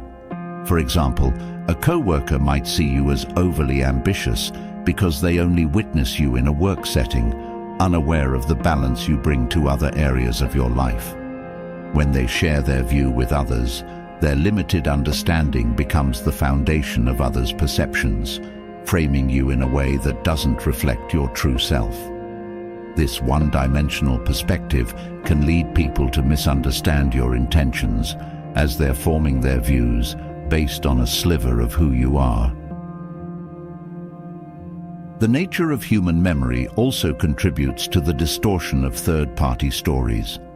Each time a story is retold, it's subject to the storyteller's memory, which can alter details without them realizing it. Over time, small changes accumulate, and a story that was once accurate becomes less reliable. For example, a friend might recall a conversation where you were frustrated, but as they retell it, they might unconsciously exaggerate your tone or words, making you appear angrier or more intense than you were. As these exaggerations spread, they create a reputation that doesn't align with reality. Memory's fallibility means that third-party stories often carry an element of fiction, even when there's no ill intent, leading people to form judgments based on a distorted version of events. Third-party stories can also gain credibility through the principle of repetition. When people hear the same narrative from multiple sources, they're more likely to believe it, assuming that consistent repetition must indicate truth. For example, if a rumor about your supposed unreliability is mentioned by different acquaintances, listeners may assume it's accurate, even if none of the storytellers witnessed any unreliability firsthand. This effect can quickly build momentum as people trust the accumulated weight of repeated stories rather than questioning their origin. Repetition gives third-party stories an authority that's hard to counter, as others feel justified in believing what they've heard multiple times, no matter how distorted or unfounded the claims might be. Social media has intensified the impact of third-party stories, as platforms amplify narratives far beyond one-on-one conversations. A single post, comment, or share can reach a wide audience, making private perceptions public. Once shared online, these narratives are no longer confined to close circles. They're available for anyone to read, interpret, and spread further. Social media's speed and reach mean that any story, accurate or not, can quickly become part of a larger narrative about you, accessible to people who have no context for the story's origin. The digital footprint of these stories is difficult to erase, as once something is posted, it can be shared indefinitely, continuing to shape opinions about you far beyond your immediate control. In close-knit communities, third-party stories have an even greater impact, as people often know each other and rely on shared information to form opinions. In these settings, stories spread rapidly, as people feel a sense of familiarity with those involved, even if they don't know them personally. For instance, if a neighbor shares a story about your family's recent decisions, others in the community might assume they understand your family dynamics, forming judgments based on hearsay rather than personal experience. This creates a web of assumptions that can affect how others treat you or your family, influencing your reputation within the community without your direct involvement. In such settings, third-party stories can linger, creating lasting impressions that are hard to change. Power dynamics can also amplify the effect of third-party stories, especially when the storyteller holds influence or authority. When a respected person shares an opinion or story, listeners may accept it without question, assuming the storyteller's credibility gives weight to their words. For instance, if a manager subtly criticizes an employee in front of others, those who look up to the manager might adopt the same perspective without investigating it for themselves. The manager's position adds credibility to their words, creating a ripple effect that influences others' views of the employee. This use of influence can shape perceptions deeply, as listeners assume that those in authority have reliable insights, even when they may be biased or incomplete. The emotional content of third-party stories also contributes to their impact. People are drawn to stories that evoke strong emotions, such as anger, sympathy, or curiosity, and are more likely to remember and repeat them. If a story about you includes elements of drama or conflict, it becomes more memorable and compelling, encouraging others to share it further. For example, if someone shares a story portraying you as insensitive during a disagreement, listeners may feel emotionally invested in the narrative, developing empathy for the storyteller or even anger toward you. The emotional weight of these stories can shape others' perceptions of you, as people remember the emotional impact of the story rather than the facts. The effects of third-party stories are further compounded by confirmation bias, where people interpret new information to confirm their existing beliefs. If someone already has doubts or reservations about you, they're more likely to accept negative stories as confirmation of their suspicions. For example, if a colleague already views you as competitive, a third-party story emphasizing your ambition might reinforce their perception, even if it's exaggerated or taken out of context. Confirmation bias makes people more receptive to stories that align with their assumptions, reinforcing opinions that might not reflect your true character. This bias can entrench misunderstandings, as others selectively focus on information that supports their preconceptions. Over time, third-party stories can lead to a self-fulfilling prophecy, where people begin to act in ways that align with the narrative they've heard about you. If someone believes that you're unapproachable based on hearsay, they might interact with you more guardedly, causing tension that reinforces their initial perception. This cycle strengthens the influence of third-party stories, as the reactions they inspire create behaviors that seem to confirm the original narrative. In this way, others' assumptions shape interactions, creating a reality where misunderstandings become ingrained and harder to dispel. Navigating the impact of third-party stories requires resilience and self-awareness.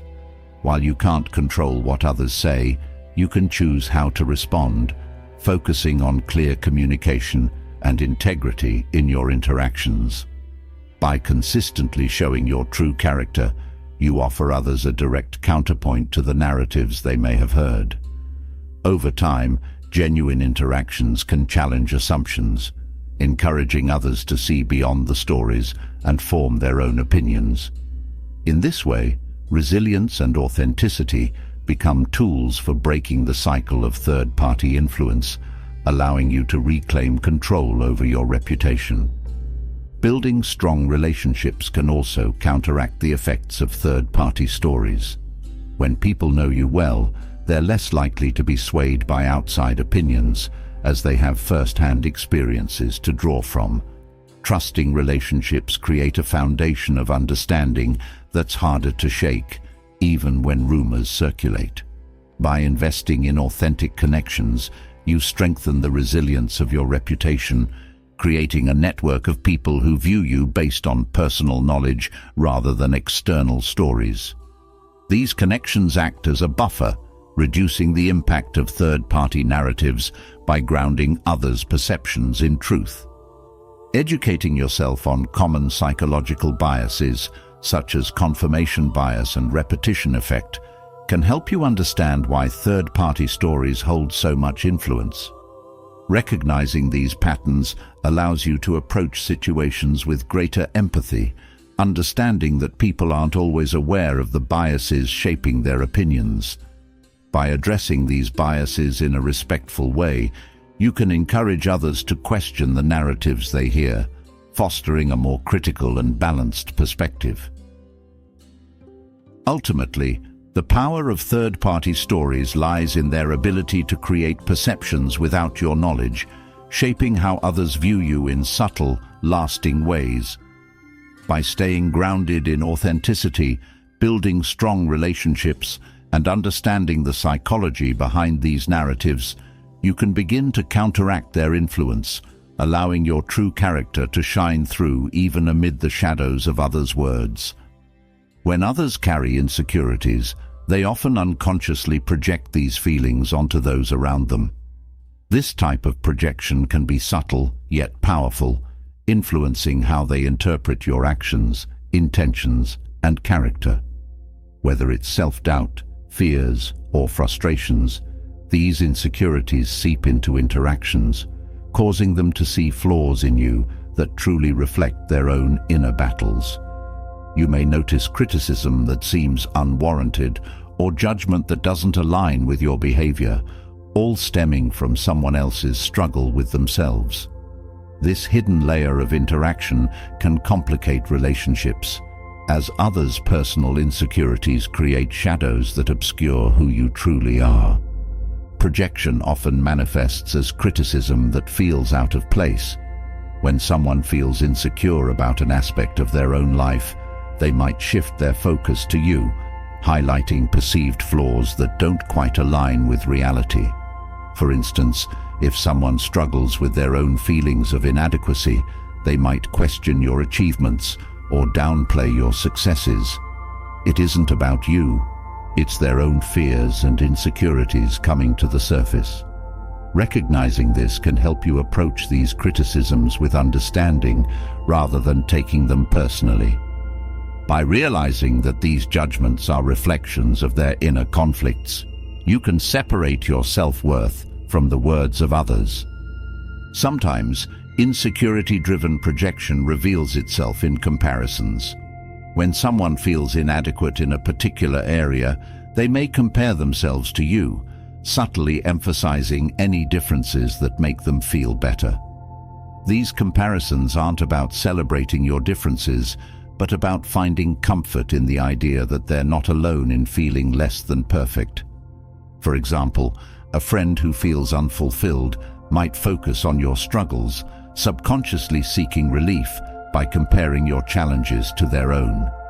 In this way, they project their fears of inadequacy onto you, using your experiences to soothe their discomfort.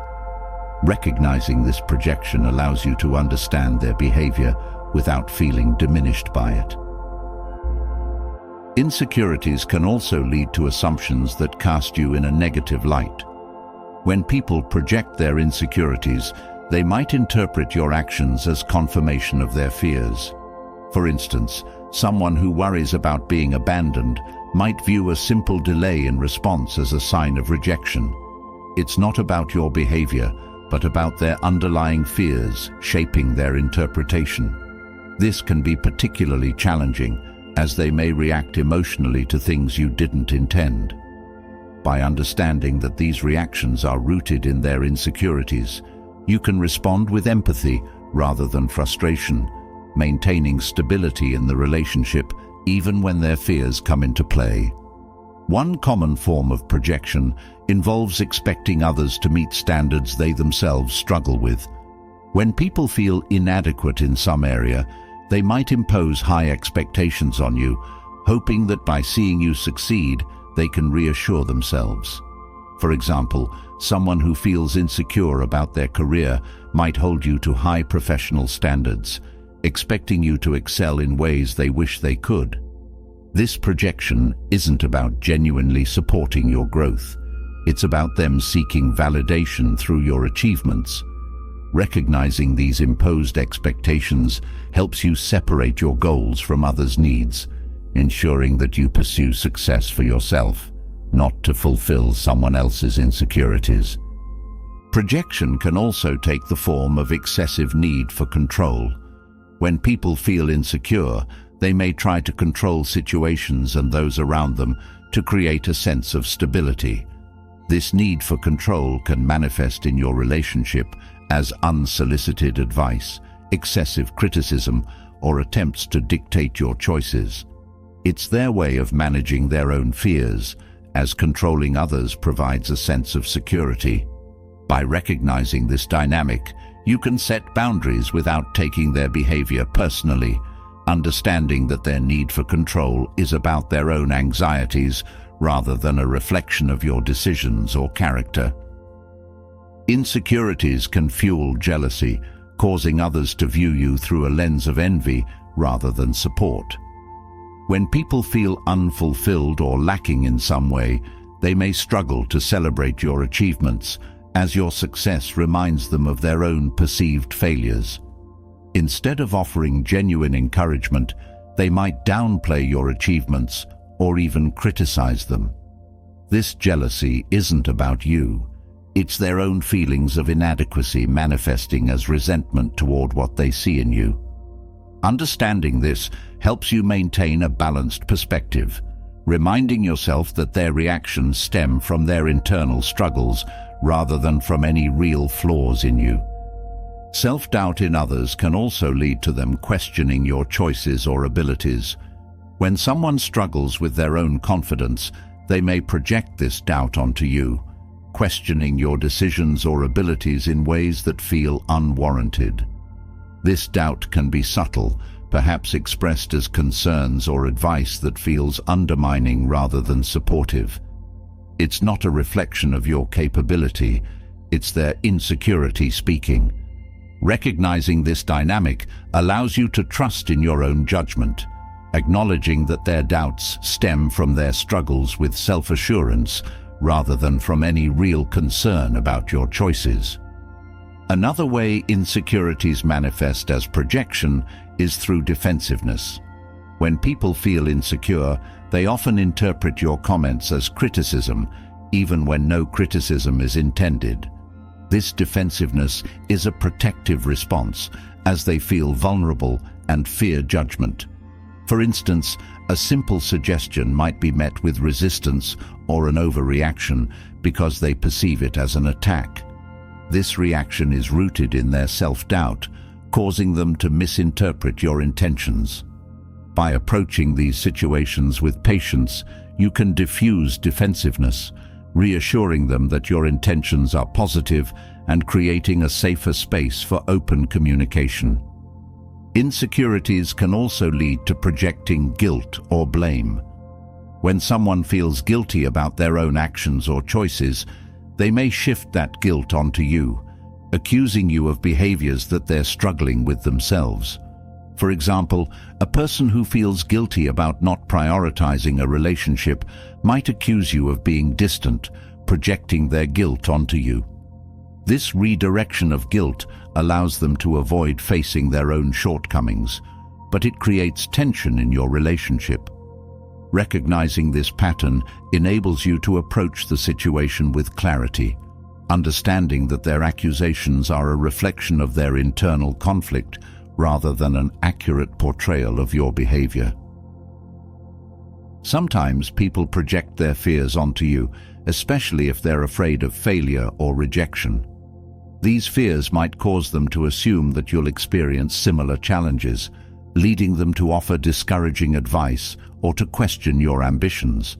For example, someone afraid of failure might downplay your goals, not because they doubt you, but because they fear what failure would mean for themselves. This projection of fear can feel limiting, as their caution reflects their own insecurities rather than any realistic assessment of your potential. Recognizing this projection empowers you to pursue your ambitions without being held back by others' fears, trusting in your own abilities rather than adopting their anxieties. People who struggle with insecurity may also project an excessive need for approval onto you, interpreting neutral actions as rejection or disinterest. For instance, if you're not immediately available, they might assume you're intentionally distancing yourself, even if you simply needed time to yourself. Their desire for constant reassurance can create pressure, as they interpret your independence as a lack of care. Understanding that their need for approval stems from their own insecurities helps you navigate these interactions with sensitivity, offering reassurance without feeling guilty for your boundaries. When people project insecurities, they may exhibit passive-aggressive behavior, using indirect comments or actions to express their feelings. This behavior often reflects their discomfort with openly addressing their insecurities, leading them to express their frustrations subtly. For example, someone who feels insecure about their achievements might make backhanded compliments about your successes, masking their jealousy in seemingly harmless remarks. Recognizing passive aggression as a form of projection allows you to respond calmly, avoiding escalation, and recognizing that their behavior reflects their own struggles rather than any real issues with you. Some people project their fear of change onto others, especially if they're resistant to personal growth or new experiences.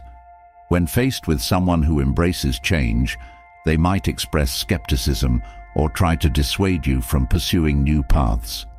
This isn't a reflection of your choices, but of their discomfort with stepping outside their comfort zone. They see your willingness to evolve as a reminder of their own stagnation, leading them to project their resistance onto you. By recognizing this, you can confidently pursue change, knowing that their doubts are about their own fears rather than about your path. Insecurities can also lead to projecting negative assumptions, where people interpret neutral actions in the worst possible light. For instance, if you don't respond to a message immediately, they might assume you're ignoring them, reflecting their own fear of being overlooked or unimportant. This projection of negative assumptions creates unnecessary tension, as they interpret your actions based on their insecurities rather than on your true intentions. By understanding this pattern, you can offer gentle reassurance, showing them that your behavior isn't rooted in the negative intentions they assume. People who feel insecure about their appearance or lifestyle may also project judgment onto you, assuming that you're judging them even if you haven't expressed any criticism. This assumption can create distance, as they may become defensive or resentful, interpreting your behavior as judgmental when it's not. For example, if they're self-conscious about their health, they might assume you're silently judging them when you discuss your own health goals. Recognizing this projection allows you to approach conversations with sensitivity, clarifying that your choices aren't a reflection on them, which helps maintain harmony in the relationship. In relationships, people may project their own feelings of inadequacy, leading them to assume you're dissatisfied with them. This insecurity-driven assumption can create tension, as they interpret your actions through a lens of self-doubt, assuming you're judging them or wishing they were different. This projection often leads to misunderstandings, as they may misinterpret your intentions, seeing disapproval where there is none. Recognizing this dynamic allows you to approach the relationship with patience, offering reassurance that helps counteract their insecurity-based assumptions. Insecurities can also lead to emotional dependency, where people project their need for stability onto you, expecting you to fulfill roles that ease their insecurities. They might rely on you for validation, emotional support, or decision-making, placing pressure on the relationship. This dependency is a form of projection, as they seek in you the security they struggle to find within themselves. By setting boundaries, you can maintain a healthy balance, offering support without taking on the weight of their insecurities. Ultimately, understanding projection allows you to navigate relationships with compassion and clarity. Recognizing that others' reactions often reflect their insecurities rather than your actions helps you maintain a balanced perspective, approaching situations with empathy. By separating yourself from the projections of others, you retain control over your self-worth, building resilience in the face of unwarranted judgments and assumptions. Through self-awareness and patience, you can respond to projection with kindness, fostering relationships that allow for both individuality and mutual respect. When people look at others, they sometimes see reflections of their own hidden fears or dislikes, and without realizing it, these feelings shape how they respond. This process of seeing in others what they reject in themselves can create an invisible barrier, affecting relationships and interactions. They may act with judgment, frustration, or avoidance, not because of something you've done, but because you remind them of something they're struggling to accept within themselves. This phenomenon is subtle, often lying below the surface, but it has the power to shape how people connect, forming perceptions that are less about reality and more about the mirror they're unwilling to face. This projection often leads to criticism that feels disproportionate to the situation. For instance, if someone is uncomfortable with their own ambition, they may judge others they see as similarly driven. To them, your confidence or pursuit of goals might feel excessive, even threatening, stirring up their insecurities. They might label you as overconfident or pushy, not because of any flaw in you, but because you bring to light something they have yet to accept within themselves. Understanding this allows you to see their criticism from a place of empathy, recognizing that their harshness is a reflection of their inner struggle rather than an accurate measure of your actions. Projection of fears and dislikes can also lead people to misinterpret your intentions, assuming motivations that align more with their own insecurities than with reality. If someone fears vulnerability, they may assume that any openness you show is a weakness, projecting their own discomfort onto you.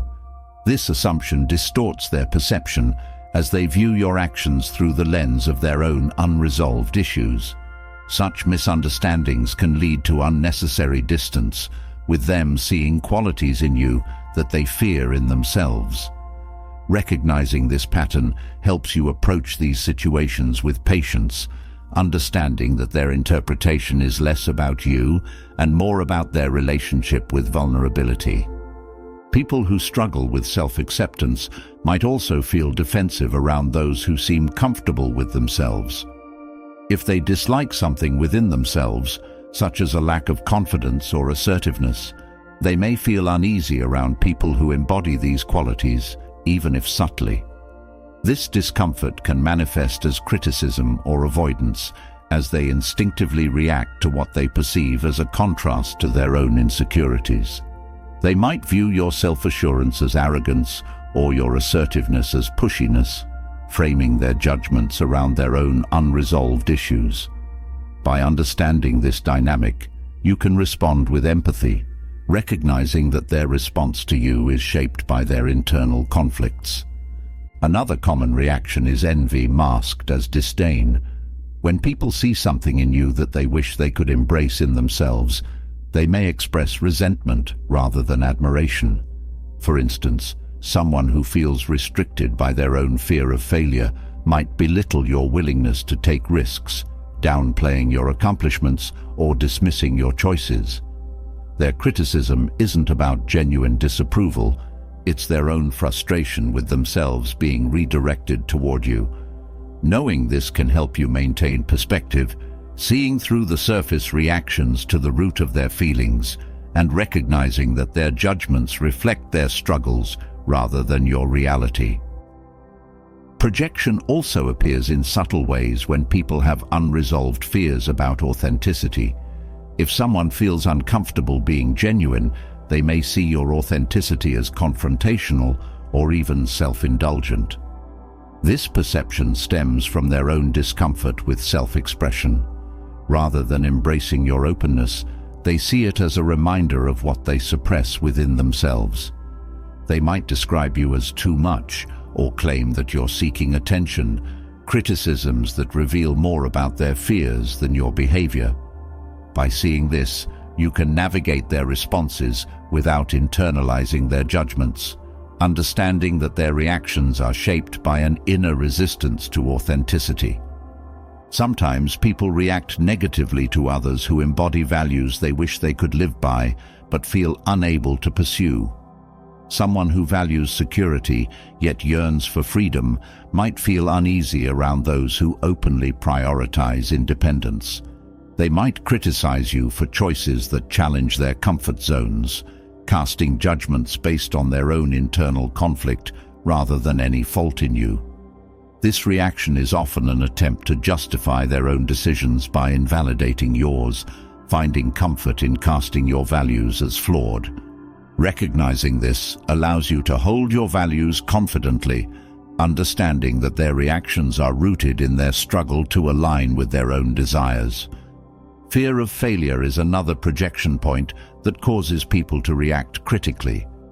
Those who grapple with this fear may project it onto others, assuming that your ambitions are unrealistic or destined for disappointment.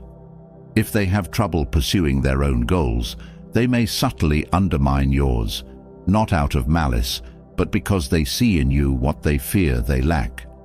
Their attempts to dissuade you from taking risks often reflect their internalized fear, seeking reassurance by casting your choices as impractical. This projection is about their need for comfort in their choices, not about the feasibility of your goals. Recognizing this can help you stay true to your path without being swayed by their doubts. People's insecurities about worthiness often lead them to project judgments onto others who seem at peace with themselves. If they feel unworthy, they might resent others' self-acceptance, interpreting it as smugness or vanity. For example, if you speak confidently about your achievements, someone struggling with self-worth might view it as boasting, reflecting their discomfort with their own feelings of inadequacy. This projection is about them seeking to diminish what they envy as they attempt to level the emotional playing field. Understanding this dynamic can help you recognize their response as a reflection of their self-perception, allowing you to engage without taking their judgments to heart. People also project their anxieties about change onto others who embrace growth. If someone feels uneasy about evolving or stepping outside their comfort zone, they may criticize those who seem unafraid to change. They might label your adaptability as instability or your willingness to try new things as impulsiveness. This judgment isn't about you. It's their way of justifying their own resistance to change. By seeing through this reaction, you can continue embracing growth without feeling pressured to align with their limited perspective, understanding that their judgment is a reflection of their fears rather than of your choices. When people fear judgment from others, they often project that fear outward, assuming you're judging them just as they judge themselves. This assumption creates unnecessary tension, as they interpret neutral interactions as criticism. For instance, if you express an opinion, they might react defensively, assuming you're critiquing them indirectly. This reaction is rooted in their own self-criticism, as they project their fears onto you. By recognizing this, you can approach these situations with understanding, offering reassurance while avoiding the need to defend your intentions, knowing that their reaction stems from their inner dialogue. Projection can also manifest in defensiveness when people feel threatened by qualities they wish they had. If they struggle with patience, for instance, they might become irritated by your calm demeanor, interpreting it as indifference or lack of urgency. This irritation is their way of justifying their own behavior, as they find it easier to criticize your qualities than to confront their own impatience. Recognizing this allows you to remain calm without internalizing their frustration, seeing that their reaction is a reflection of their struggles rather than an accurate critique of your approach. Fear of vulnerability often leads to projecting cynicism onto those who show openness. People uncomfortable with vulnerability may view emotional openness as weakness, responding with skepticism or dismissiveness. If you share your feelings honestly, they might label you as naive, a judgment rooted in their own discomfort. Their reaction reflects their struggle to embrace vulnerability, as they see in you a quality they find challenging. By recognizing this, you can maintain your openness without feeling diminished by their skepticism, understanding that their response is more about their inner walls than any flaw in your approach. At times, people project their insecurities about success onto others who achieve their goals. If they're dissatisfied with their progress, they may downplay or criticize your achievements as a way to cope with their own frustrations. For instance, they might label your hard work as luck or attribute your success to external factors, dismissing your efforts to soothe their insecurities. This projection reflects their difficulty in acknowledging their own feelings of inadequacy, as they find comfort in minimizing your accomplishments. By understanding this, you can appreciate your achievements without needing validation from others, recognizing that their judgments are a reflection of their struggles. Some people project their struggles with control onto others who seem more adaptable, criticizing flexibility as a lack of focus. If they find security in rigid routines, they might view your spontaneity as chaotic, interpreting your adaptability as a flaw. This projection allows them to reinforce their sense of control by framing your approach as misguided. Understanding this reaction helps you remain true to your adaptable nature, seeing that their judgments are rooted in their own need for stability rather than any real fault in your behavior. People's unresolved fears of imperfection can also cause them to project criticisms onto others who embrace their flaws. If someone struggles with self-acceptance, they may resent those who appear comfortable with imperfection, interpreting it as carelessness or a lack of ambition. This projection allows them to avoid confronting their own insecurities, as they find it easier to criticize others than to face their discomfort with themselves. By recognizing this, you can continue embracing your authentic self without feeling pressured to meet others' perfectionist standards, understanding that their judgments reveal more about their internal struggles than about your worth. Understanding projection's impact allows you to approach relationships with empathy and strength, recognizing that others' reactions often reflect their fears rather than your actions. By separating their judgments from your self-worth, you can navigate interactions with clarity, maintaining your sense of self even amid the projections of those around you. Through patience and self-awareness, you can engage with compassion, fostering connections that are rooted in mutual respect rather than clouded by insecurities. A lack of empathy and understanding in relationships creates a silent distance, making genuine connections feel strained and sometimes impossible. When someone is unable or unwilling to step outside of their own perspective, they may miss the nuances of what others feel or experience. This lack of understanding isn't always intentional, yet it can have a lasting impact, creating misunderstandings and making people feel unseen or unsupported. In any relationship, empathy is the bridge that connects hearts and minds, allowing each person to feel valued and understood. Without this bridge, interactions become shallow, and even well-intentioned actions can fall short, leading to frustration and disconnection. The absence of empathy often results in a judgmental outlook. When someone fails to empathize, they may quickly jump to conclusions about others' actions or intentions, interpreting behaviors without considering underlying reasons.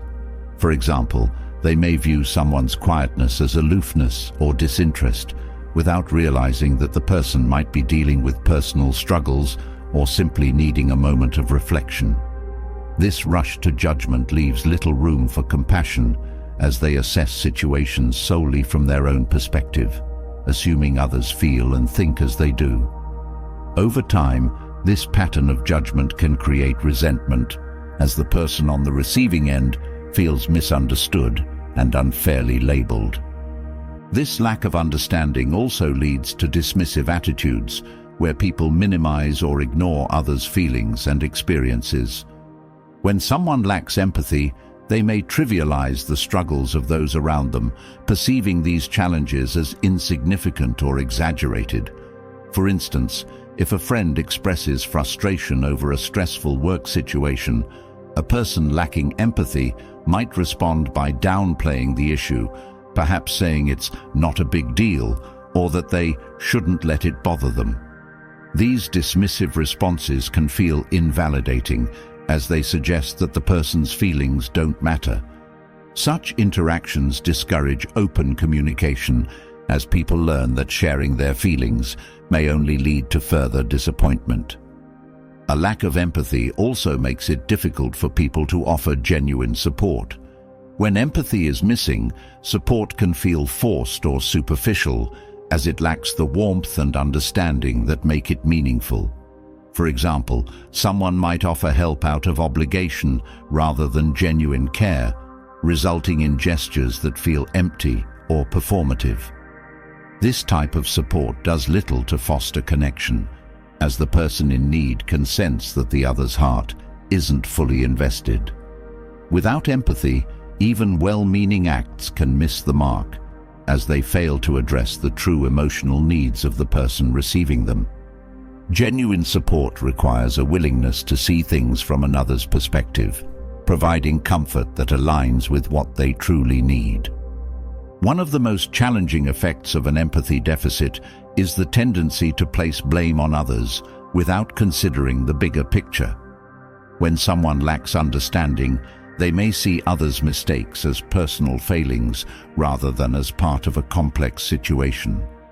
For example, they might blame a friend for being irresponsible if they face financial difficulties, overlooking the external pressures or unexpected challenges that may have contributed to the situation. This inclination to blame creates a culture of judgment, where people feel scrutinized rather than supported. It also discourages people from being vulnerable, as they fear being held responsible for circumstances beyond their control. In this way, a lack of empathy fosters a cycle of blame and defensiveness, eroding trust over time. Without empathy, relationships can become transactional, focusing on exchanges rather than mutual care. People who lack empathy may view interactions in terms of give and take, measuring what they offer against what they receive. This approach can make others feel like they're being kept at arm's length, as the relationship centers on balancing favors rather than building emotional connections. For instance, a friend might only offer help if they expect something in return, making their support feel conditional.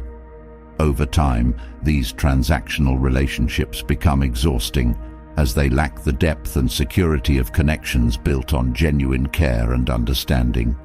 People begin to feel that their worth is tied to what they can offer, rather than to who they are. Another subtle impact of limited empathy is the lack of active listening. Without empathy, people may listen only to respond rather than to understand, often interrupting or steering conversations back to themselves. This type of listening prevents genuine understanding, as the focus remains on one person's perspective rather than on a mutual exchange. When someone listens with empathy, they allow the other person's words to resonate, offering responses that reflect an understanding of their emotions. In contrast, an empathy deficit makes conversations feel shallow, as people feel unheard and unappreciated. This lack of meaningful dialogue gradually wears on relationships, as the absence of active listening prevents people from feeling truly connected. In some cases, a lack of empathy results in people avoiding others' pain altogether. If someone feels uncomfortable with difficult emotions, they might distance themselves from those going through challenging times, rather than offering support. This avoidance creates feelings of isolation for the person in need, as they sense that their struggles make others uncomfortable.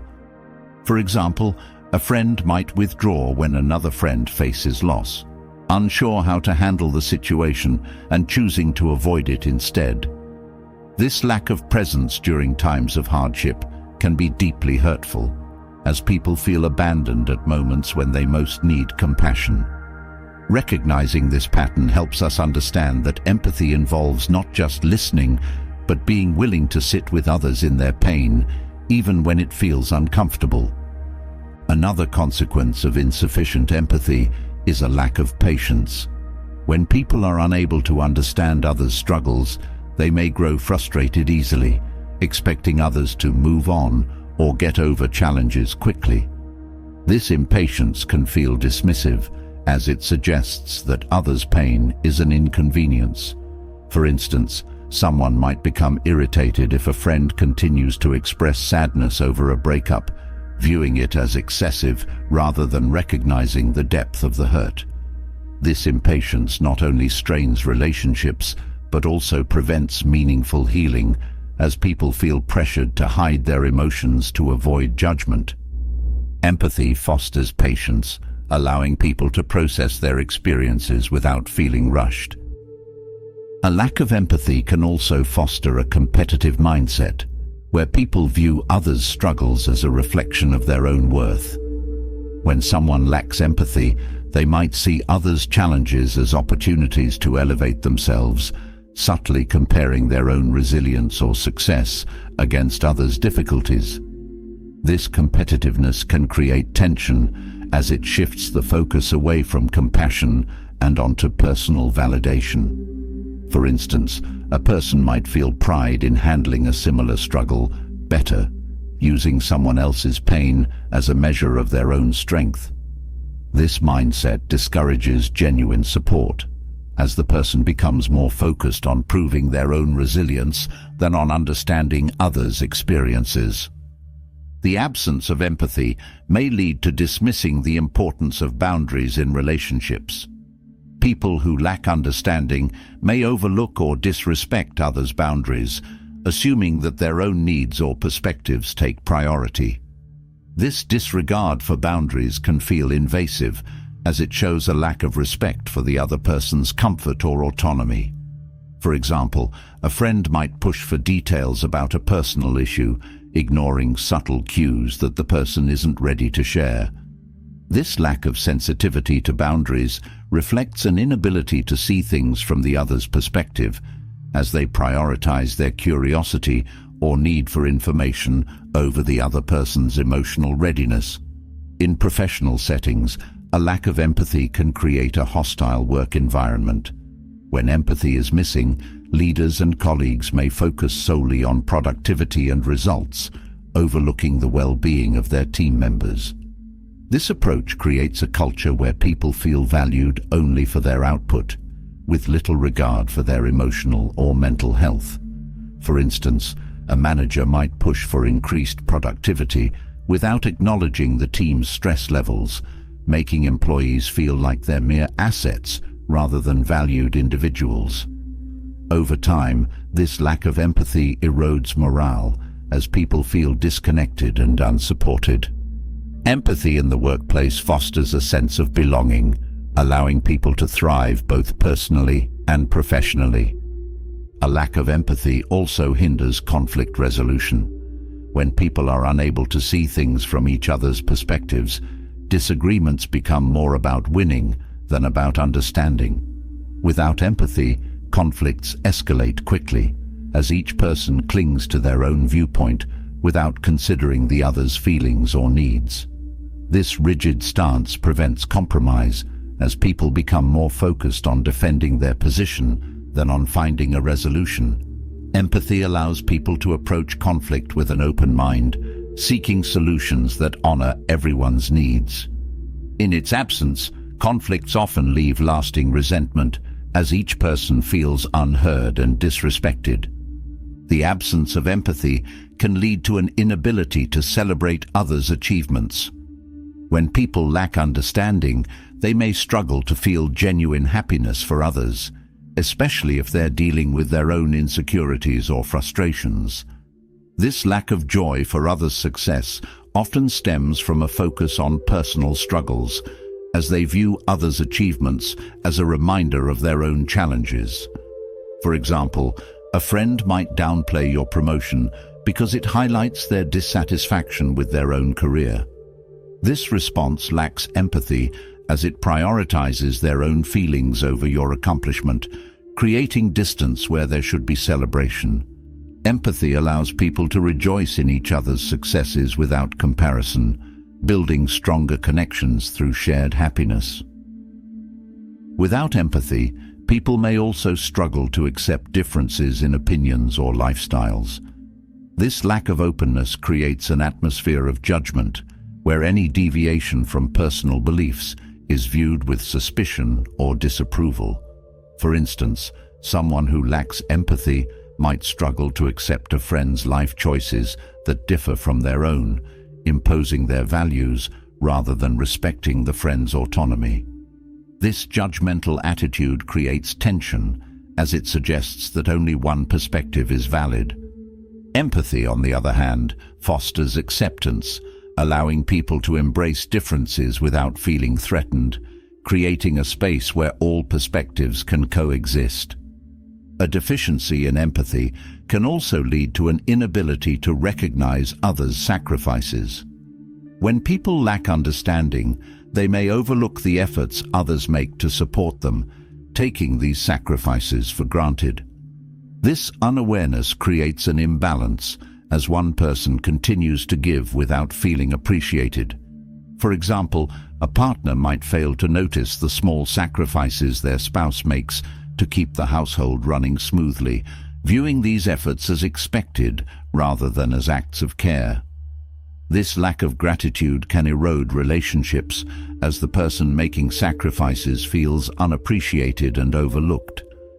Empathy allows people to see the silent ways others support them, fostering gratitude that strengthens bonds. The lack of empathy can make relationships feel cold and transactional, stripping away the warmth and understanding that make connections fulfilling. When people are unable to connect on an emotional level, interactions become shallow, focusing on obligations rather than genuine care. For instance, a family member might only check in during major events, lacking the everyday empathy that makes relationships meaningful. This transactional approach leaves people feeling disconnected, as they sense that their presence is valued only when it's convenient. Empathy brings a sense of warmth and presence to relationships, creating a foundation of care that transcends obligations. In every relationship, empathy is the thread that weaves people together, allowing them to see, support, and celebrate each other in genuine ways. When empathy is missing, connections lose depth, and interactions become shadowed by misunderstanding and judgment. By recognizing the importance of empathy, we can cultivate relationships built on patience, understanding, and respect, creating a space where people feel valued not just for what they do, but for who they are. When compassion fades from relationships, what remains can feel hollow, tense, and slowly breed resentment. Compassion, the willingness to genuinely understand and share in another's experiences, is the heart of meaningful connections. Without it, interactions can feel cold, misunderstandings grow, and unspoken hurt takes root. Over time, the absence of compassion leaves a void, replacing warmth and trust with frustration and bitterness. This lack isn't always intentional. Sometimes it's the result of stress, preoccupation, or simply drifting apart. Yet the effects linger, creating barriers where there should be bridges. Without compassion, relationships become strained, as unmet emotional needs create invisible wounds that deepen with time. One of the clearest signs of a compassion deficit is dismissiveness. When someone dismisses another's feelings or experiences, it communicates a lack of interest and care. For example, if a partner expresses disappointment or frustration and the other responds with phrases like, "It's not that bad," or "You'll get over it," it minimizes their pain. These remarks might seem minor, yet over time they erode trust, as one person feels unheard. Dismissiveness creates a cycle where the person who feels ignored becomes less willing to share, sensing that their feelings won't be met with understanding. This closed-off communication deepens resentment as both sides begin to drift apart, feeling isolated in what should be a shared journey. A lack of compassion also fosters selfishness in relationships. When people fail to prioritize each other's well-being, focusing only on their own needs, it breeds frustration. For instance, if a friend consistently expects support but rarely offers it, the relationship becomes one-sided. Over time, the person who feels neglected may start viewing the friendship as a burden rather than a bond. This dynamic often leads to resentment, as they feel taken for granted and unvalued. Relationships require mutual care, where each person is willing to give as much as they take. Without this balance, compassion fades, and the neglected person may begin to withdraw emotionally, feeling that their presence is only valued for what they can provide. A lack of compassion can also make apologies feel insincere. When people don't fully empathize with the hurt they've caused, their apologies often lack depth, coming across as hollow or obligatory. For instance, someone might say, "I'm sorry if you felt that way," shifting the blame to the other person's feelings rather than taking responsibility.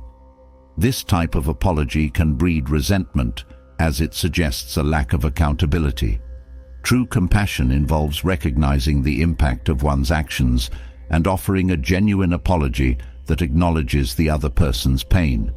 Without this, apologies become another source of frustration as they fail to heal wounds, leaving unresolved hurt to fester.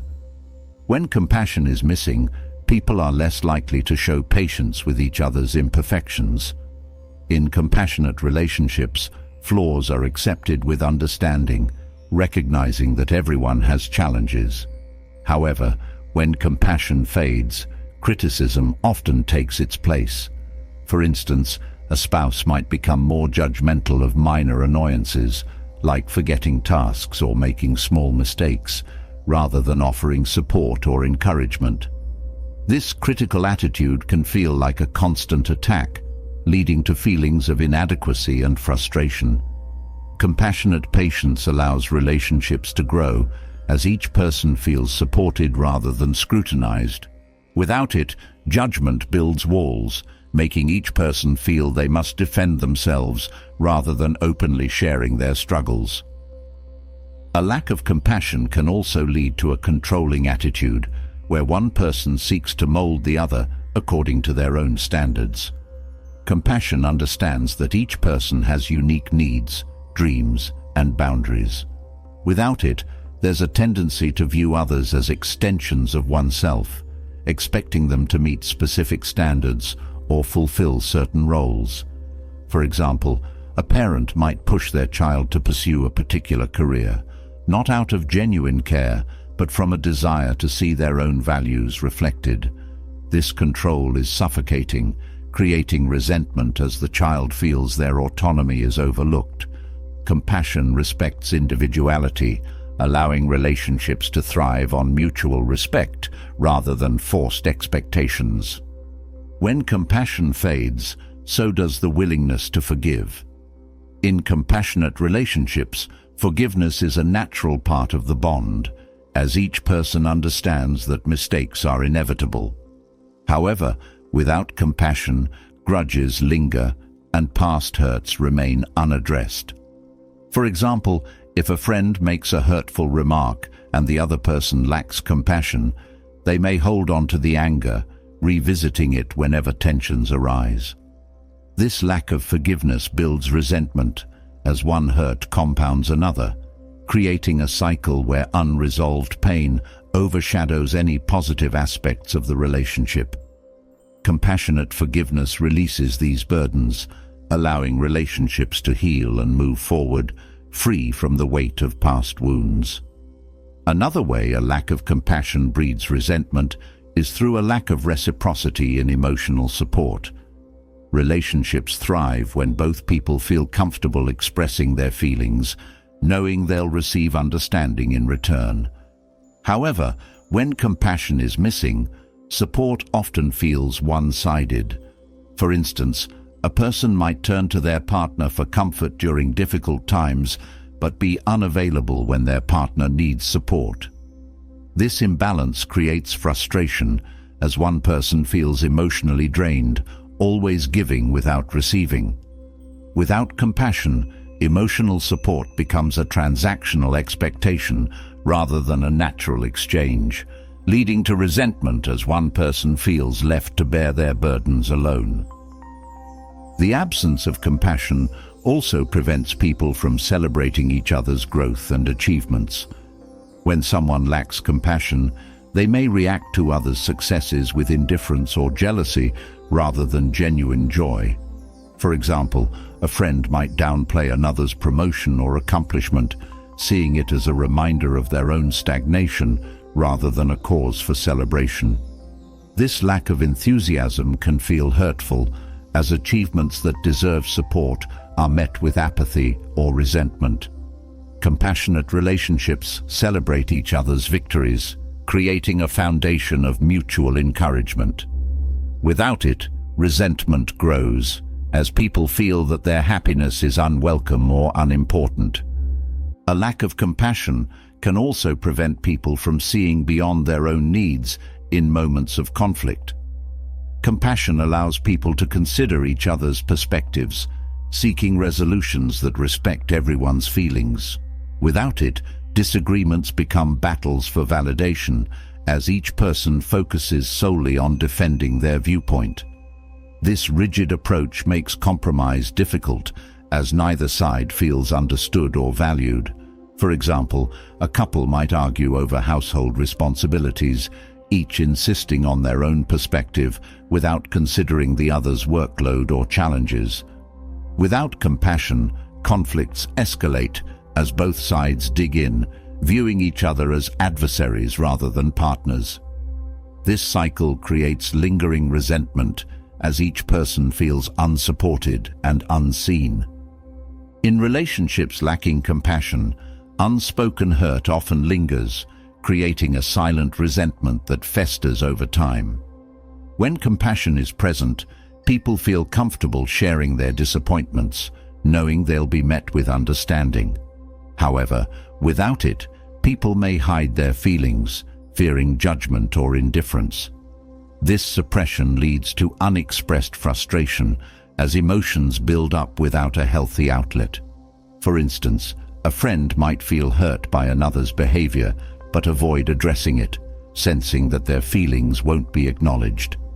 Over time, these unspoken hurts create emotional distance as one person withdraws, feeling that their emotions are unwelcome.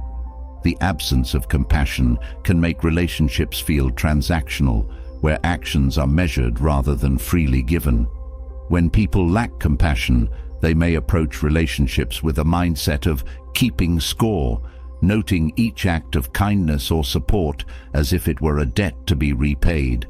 This approach creates a cold atmosphere, as each person feels obligated rather than genuinely cared for.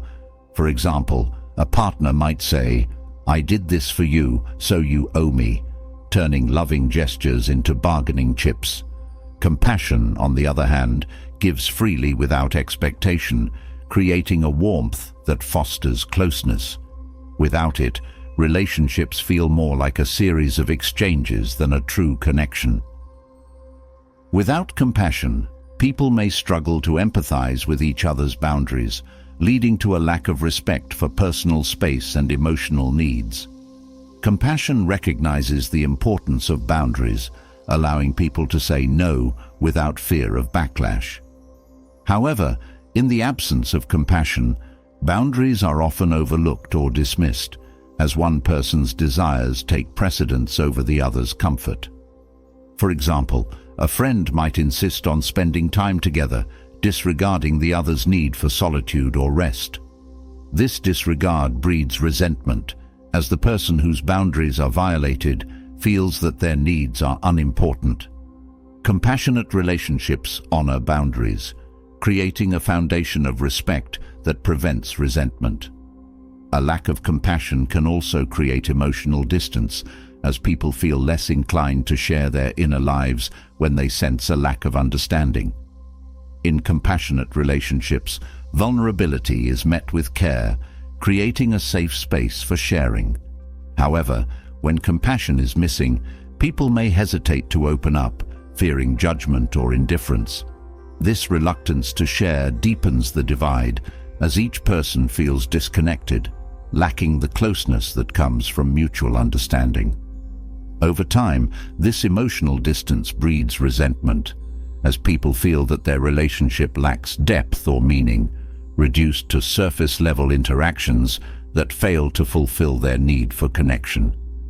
The absence of compassion leads to unbalanced relationships, where one person often bears a greater emotional burden. When compassion is lacking, one person may feel they're always the one giving, compromising, or making sacrifices. This imbalance creates frustration, as the person carrying the weight feels unsupported. For example, a sibling might consistently handle family responsibilities, while the other remains uninvolved, assuming their efforts will go unnoticed. This dynamic breeds resentment, as the person who gives feels unappreciated, burdened by a relationship that feels one-sided. Compassion ensures that both sides contribute equally, fostering a sense of partnership that prevents resentment. Compassion's absence prevents people from fully appreciating each other's unique qualities, often leading to a desire for conformity. When people lack compassion, they may expect others to mirror their own beliefs or behaviors, leaving little room for individuality. This expectation feels restrictive, as one person senses that their true self is unwelcome. For instance, a partner might subtly pressure the other to adopt their interests or lifestyle, creating a sense of resentment as the person feels their identity is being overshadowed. Compassion celebrates individuality, creating space for each person to be themselves without fear of judgment. Without it, relationships feel stifling, as each person struggles to fit a mold that doesn't align with who they are. Ultimately, compassion is the foundation of fulfilling relationships. Its absence leaves a void, where resentment gradually replaces closeness and joy. When people fail to offer understanding and care, relationships become strained, as unmet emotional needs create barriers to genuine connection. Recognizing the importance of compassion allows people to approach relationships with patience and empathy, fostering bonds that bring out the best in each other. Through compassion, people can build relationships that are resilient, supportive, and deeply fulfilling, creating a space where both individuals feel valued, respected, and truly seen. In relationships, competition can start out harmless, but, if unchecked, can easily become toxic, eroding trust and breeding resentment. What begins as a friendly exchange or a subtle drive to keep up can quickly spiral into rivalry, where each person starts to see the other as an opponent rather than a partner. This underlying tension turns achievements into comparisons, and support becomes scarce, replaced by quiet envy or hidden frustration. When rivalry overshadows connection, relationships feel strained, as mutual appreciation is replaced by the constant need to one-up or prove oneself. Unhealthy competition can lead to comparing every aspect of life, from career success to social status, creating a breeding ground for insecurity. For instance, if one friend consistently seeks out accomplishments just to outshine the other, it shifts the relationship from genuine support to quiet judgment. This fixation on measuring oneself against another can make both people feel inadequate, constantly evaluating their worth based on external achievements. Over time, the joy of friendship or partnership is replaced by silent scrutiny, as each person becomes more invested in the competition than in cherishing their shared moments. This kind of rivalry also shifts the focus from collective growth to individual gain, where one person's success feels like a setback to the other. When people are driven by competition, they may subtly celebrate failures or downplay achievements, diminishing the bond they share. In these situations, even kind words might come with an undercurrent of superiority or a hint of satisfaction in the other's missteps. Such interactions leave a mark, as each person senses that they are being measured, not celebrated, creating an unspoken barrier that prevents genuine connection and growth. Unhealthy competition often discourages openness, as each person fears their vulnerability might be used against them. In a competitive relationship, sharing personal challenges or weaknesses can feel risky, as the other person might see this as an opportunity to elevate themselves. For instance, a friend might reveal a career struggle only to later find that the other has used this information to appear more successful by comparison. This reluctance to be vulnerable keeps interactions superficial, as both sides guard their insecurities, worried about being seen as less than. Genuine intimacy fades, replaced by calculated conversations that prioritize self-protection over connection. When rivalry intensifies, even mutual goals and collaborative projects become battlegrounds. Instead of working together, each person might try to assert dominance, pushing their ideas forward to showcase their abilities rather than finding common ground. This dynamic is common in workplaces, where colleagues should ideally work in harmony, yet rivalry prevents true teamwork.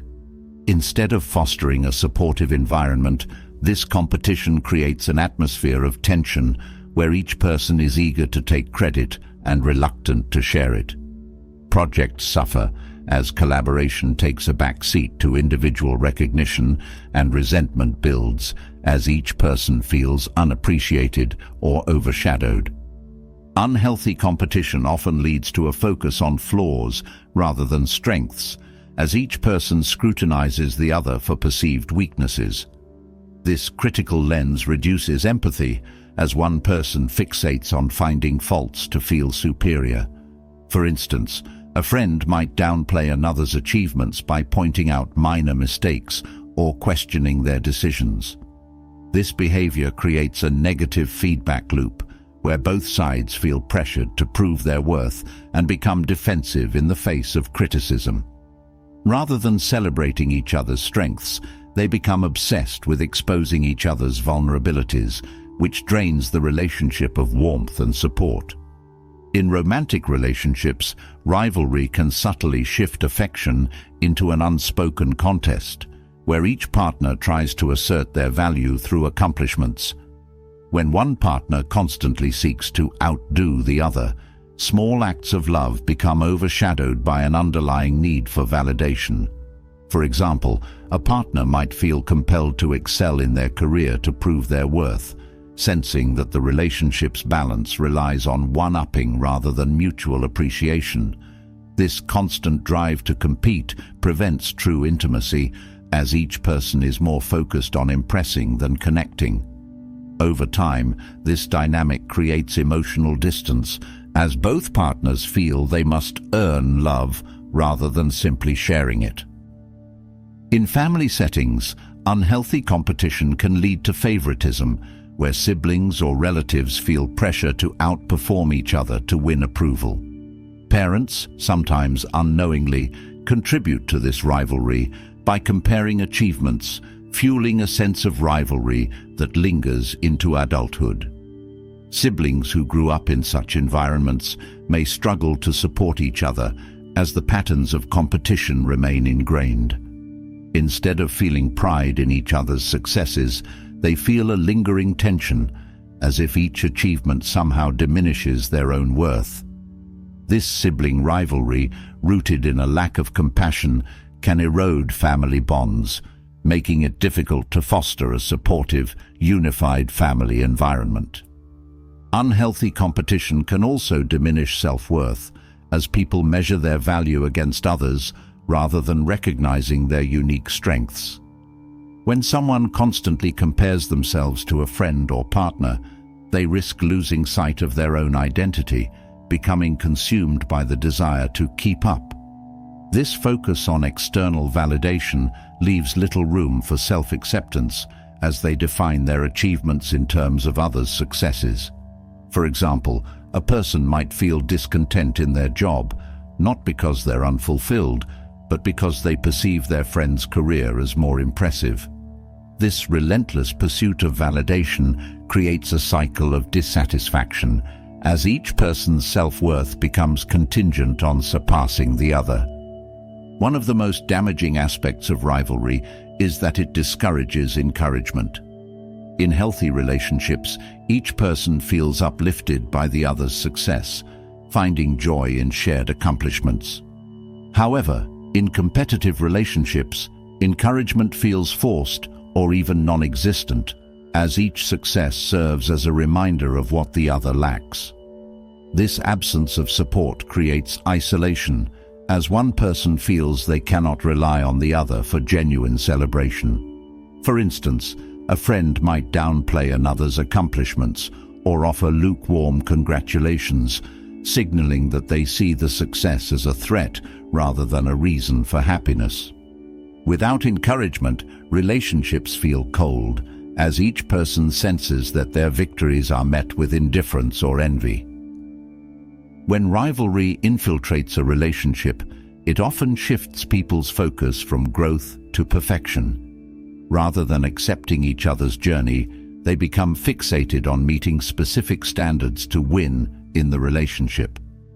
This relentless pursuit of perfection makes failure intolerable, as each person fears that any setback will make them appear inferior. For example, a colleague might feel compelled to conceal mistakes, afraid that their team member will see it as a weakness to exploit. This obsession with image prevents authentic growth, as both parties feel pressured to maintain a flawless facade rather than embrace learning and improvement. The fear of failure stifles personal development, creating a stagnant environment where mistakes are hidden, not learned from. In competitive relationships, jealousy becomes a driving force, clouding interactions with resentment and suspicion. When people feel threatened by others' successes, they may interpret even positive actions as attempts to show superiority, For instance, a friend might offer helpful advice, only for the other to see it as condescending. This jealousy turns small gestures into perceived slights, as both parties read negative intentions where none exist. The relationship becomes fraught with tension as each person grows defensive, assuming that the other's actions are motivated by a desire to outdo rather than support. Jealousy, when fueled by rivalry, blinds people to each other's goodwill, creating a hostile environment where support feels scarce. Unhealthy competition prevents people from acknowledging their interdependence, fostering a sense of isolation rather than unity. In compassionate relationships, people recognize that they're stronger together, celebrating each other's strengths and compensating for each other's weaknesses. However, in competitive relationships, interdependence is viewed as a weakness, as each person strives to be self-sufficient to maintain their edge. For example, a partner might refuse help on a project, insisting on doing it alone to prove their capability. This refusal to lean on each other limits collaboration, as both parties miss out on the benefits of mutual support. The relationship becomes fractured, as each person feels they must face challenges alone, without the security of a trusted partner. Another consequence of rivalry is that it reduces empathy, as each person becomes so focused on their own performance that they fail to consider the other's feelings. In relationships strained by competition, people may overlook each other's struggles, viewing them as opportunities to get ahead rather than moments for compassion. For instance, a colleague might feel relief rather than empathy when another faces a setback, seeing it as a chance to shine. This lack of empathy erodes trust, as each person senses that the other is more invested in their own success than in mutual well-being. Compassion fades, replaced by a self-centered focus that undermines the very foundation of the relationship. Unhealthy competition can also lead to passive-aggressive behavior, where people express resentment subtly rather than directly. When rivalry prevents open communication, frustrations manifest as veiled comments or subtle put-downs, as each person struggles to voice their feelings openly. For example, a friend might make a backhanded compliment about another's achievement, masking their envy in seemingly supportive words. This passive aggressiveness creates an environment of tension where each interaction feels laden with hidden meanings. Instead of addressing issues directly, both parties communicate through hints and innuendos, creating an atmosphere where trust is eroded by the constant need to read between the lines. Ultimately, unhealthy competition leaves relationships drained of joy, as each person becomes more invested in winning than in sharing meaningful experiences. When people view relationships through the lens of rivalry, they miss the beauty of collaboration and connection, seeing only the need to outperform. The constant comparison becomes exhausting, as both parties feel pressured to prove themselves rather than relax and enjoy each other's company. Relationships, which should offer comfort and support, become sources of stress and insecurity, leaving both people longing for a break from the tension. Recognizing the impact of rivalry allows people to shift their focus from competition to compassion. By embracing each other's successes and offering support rather than judgment, relationships can become spaces of growth and connection. Instead of measuring worth through achievements, people can find fulfillment in mutual encouragement, building bonds that foster trust, empathy, and joy.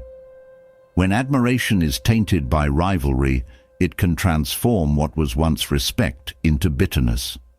There's a delicate line between looking up to someone and feeling resentful about their success.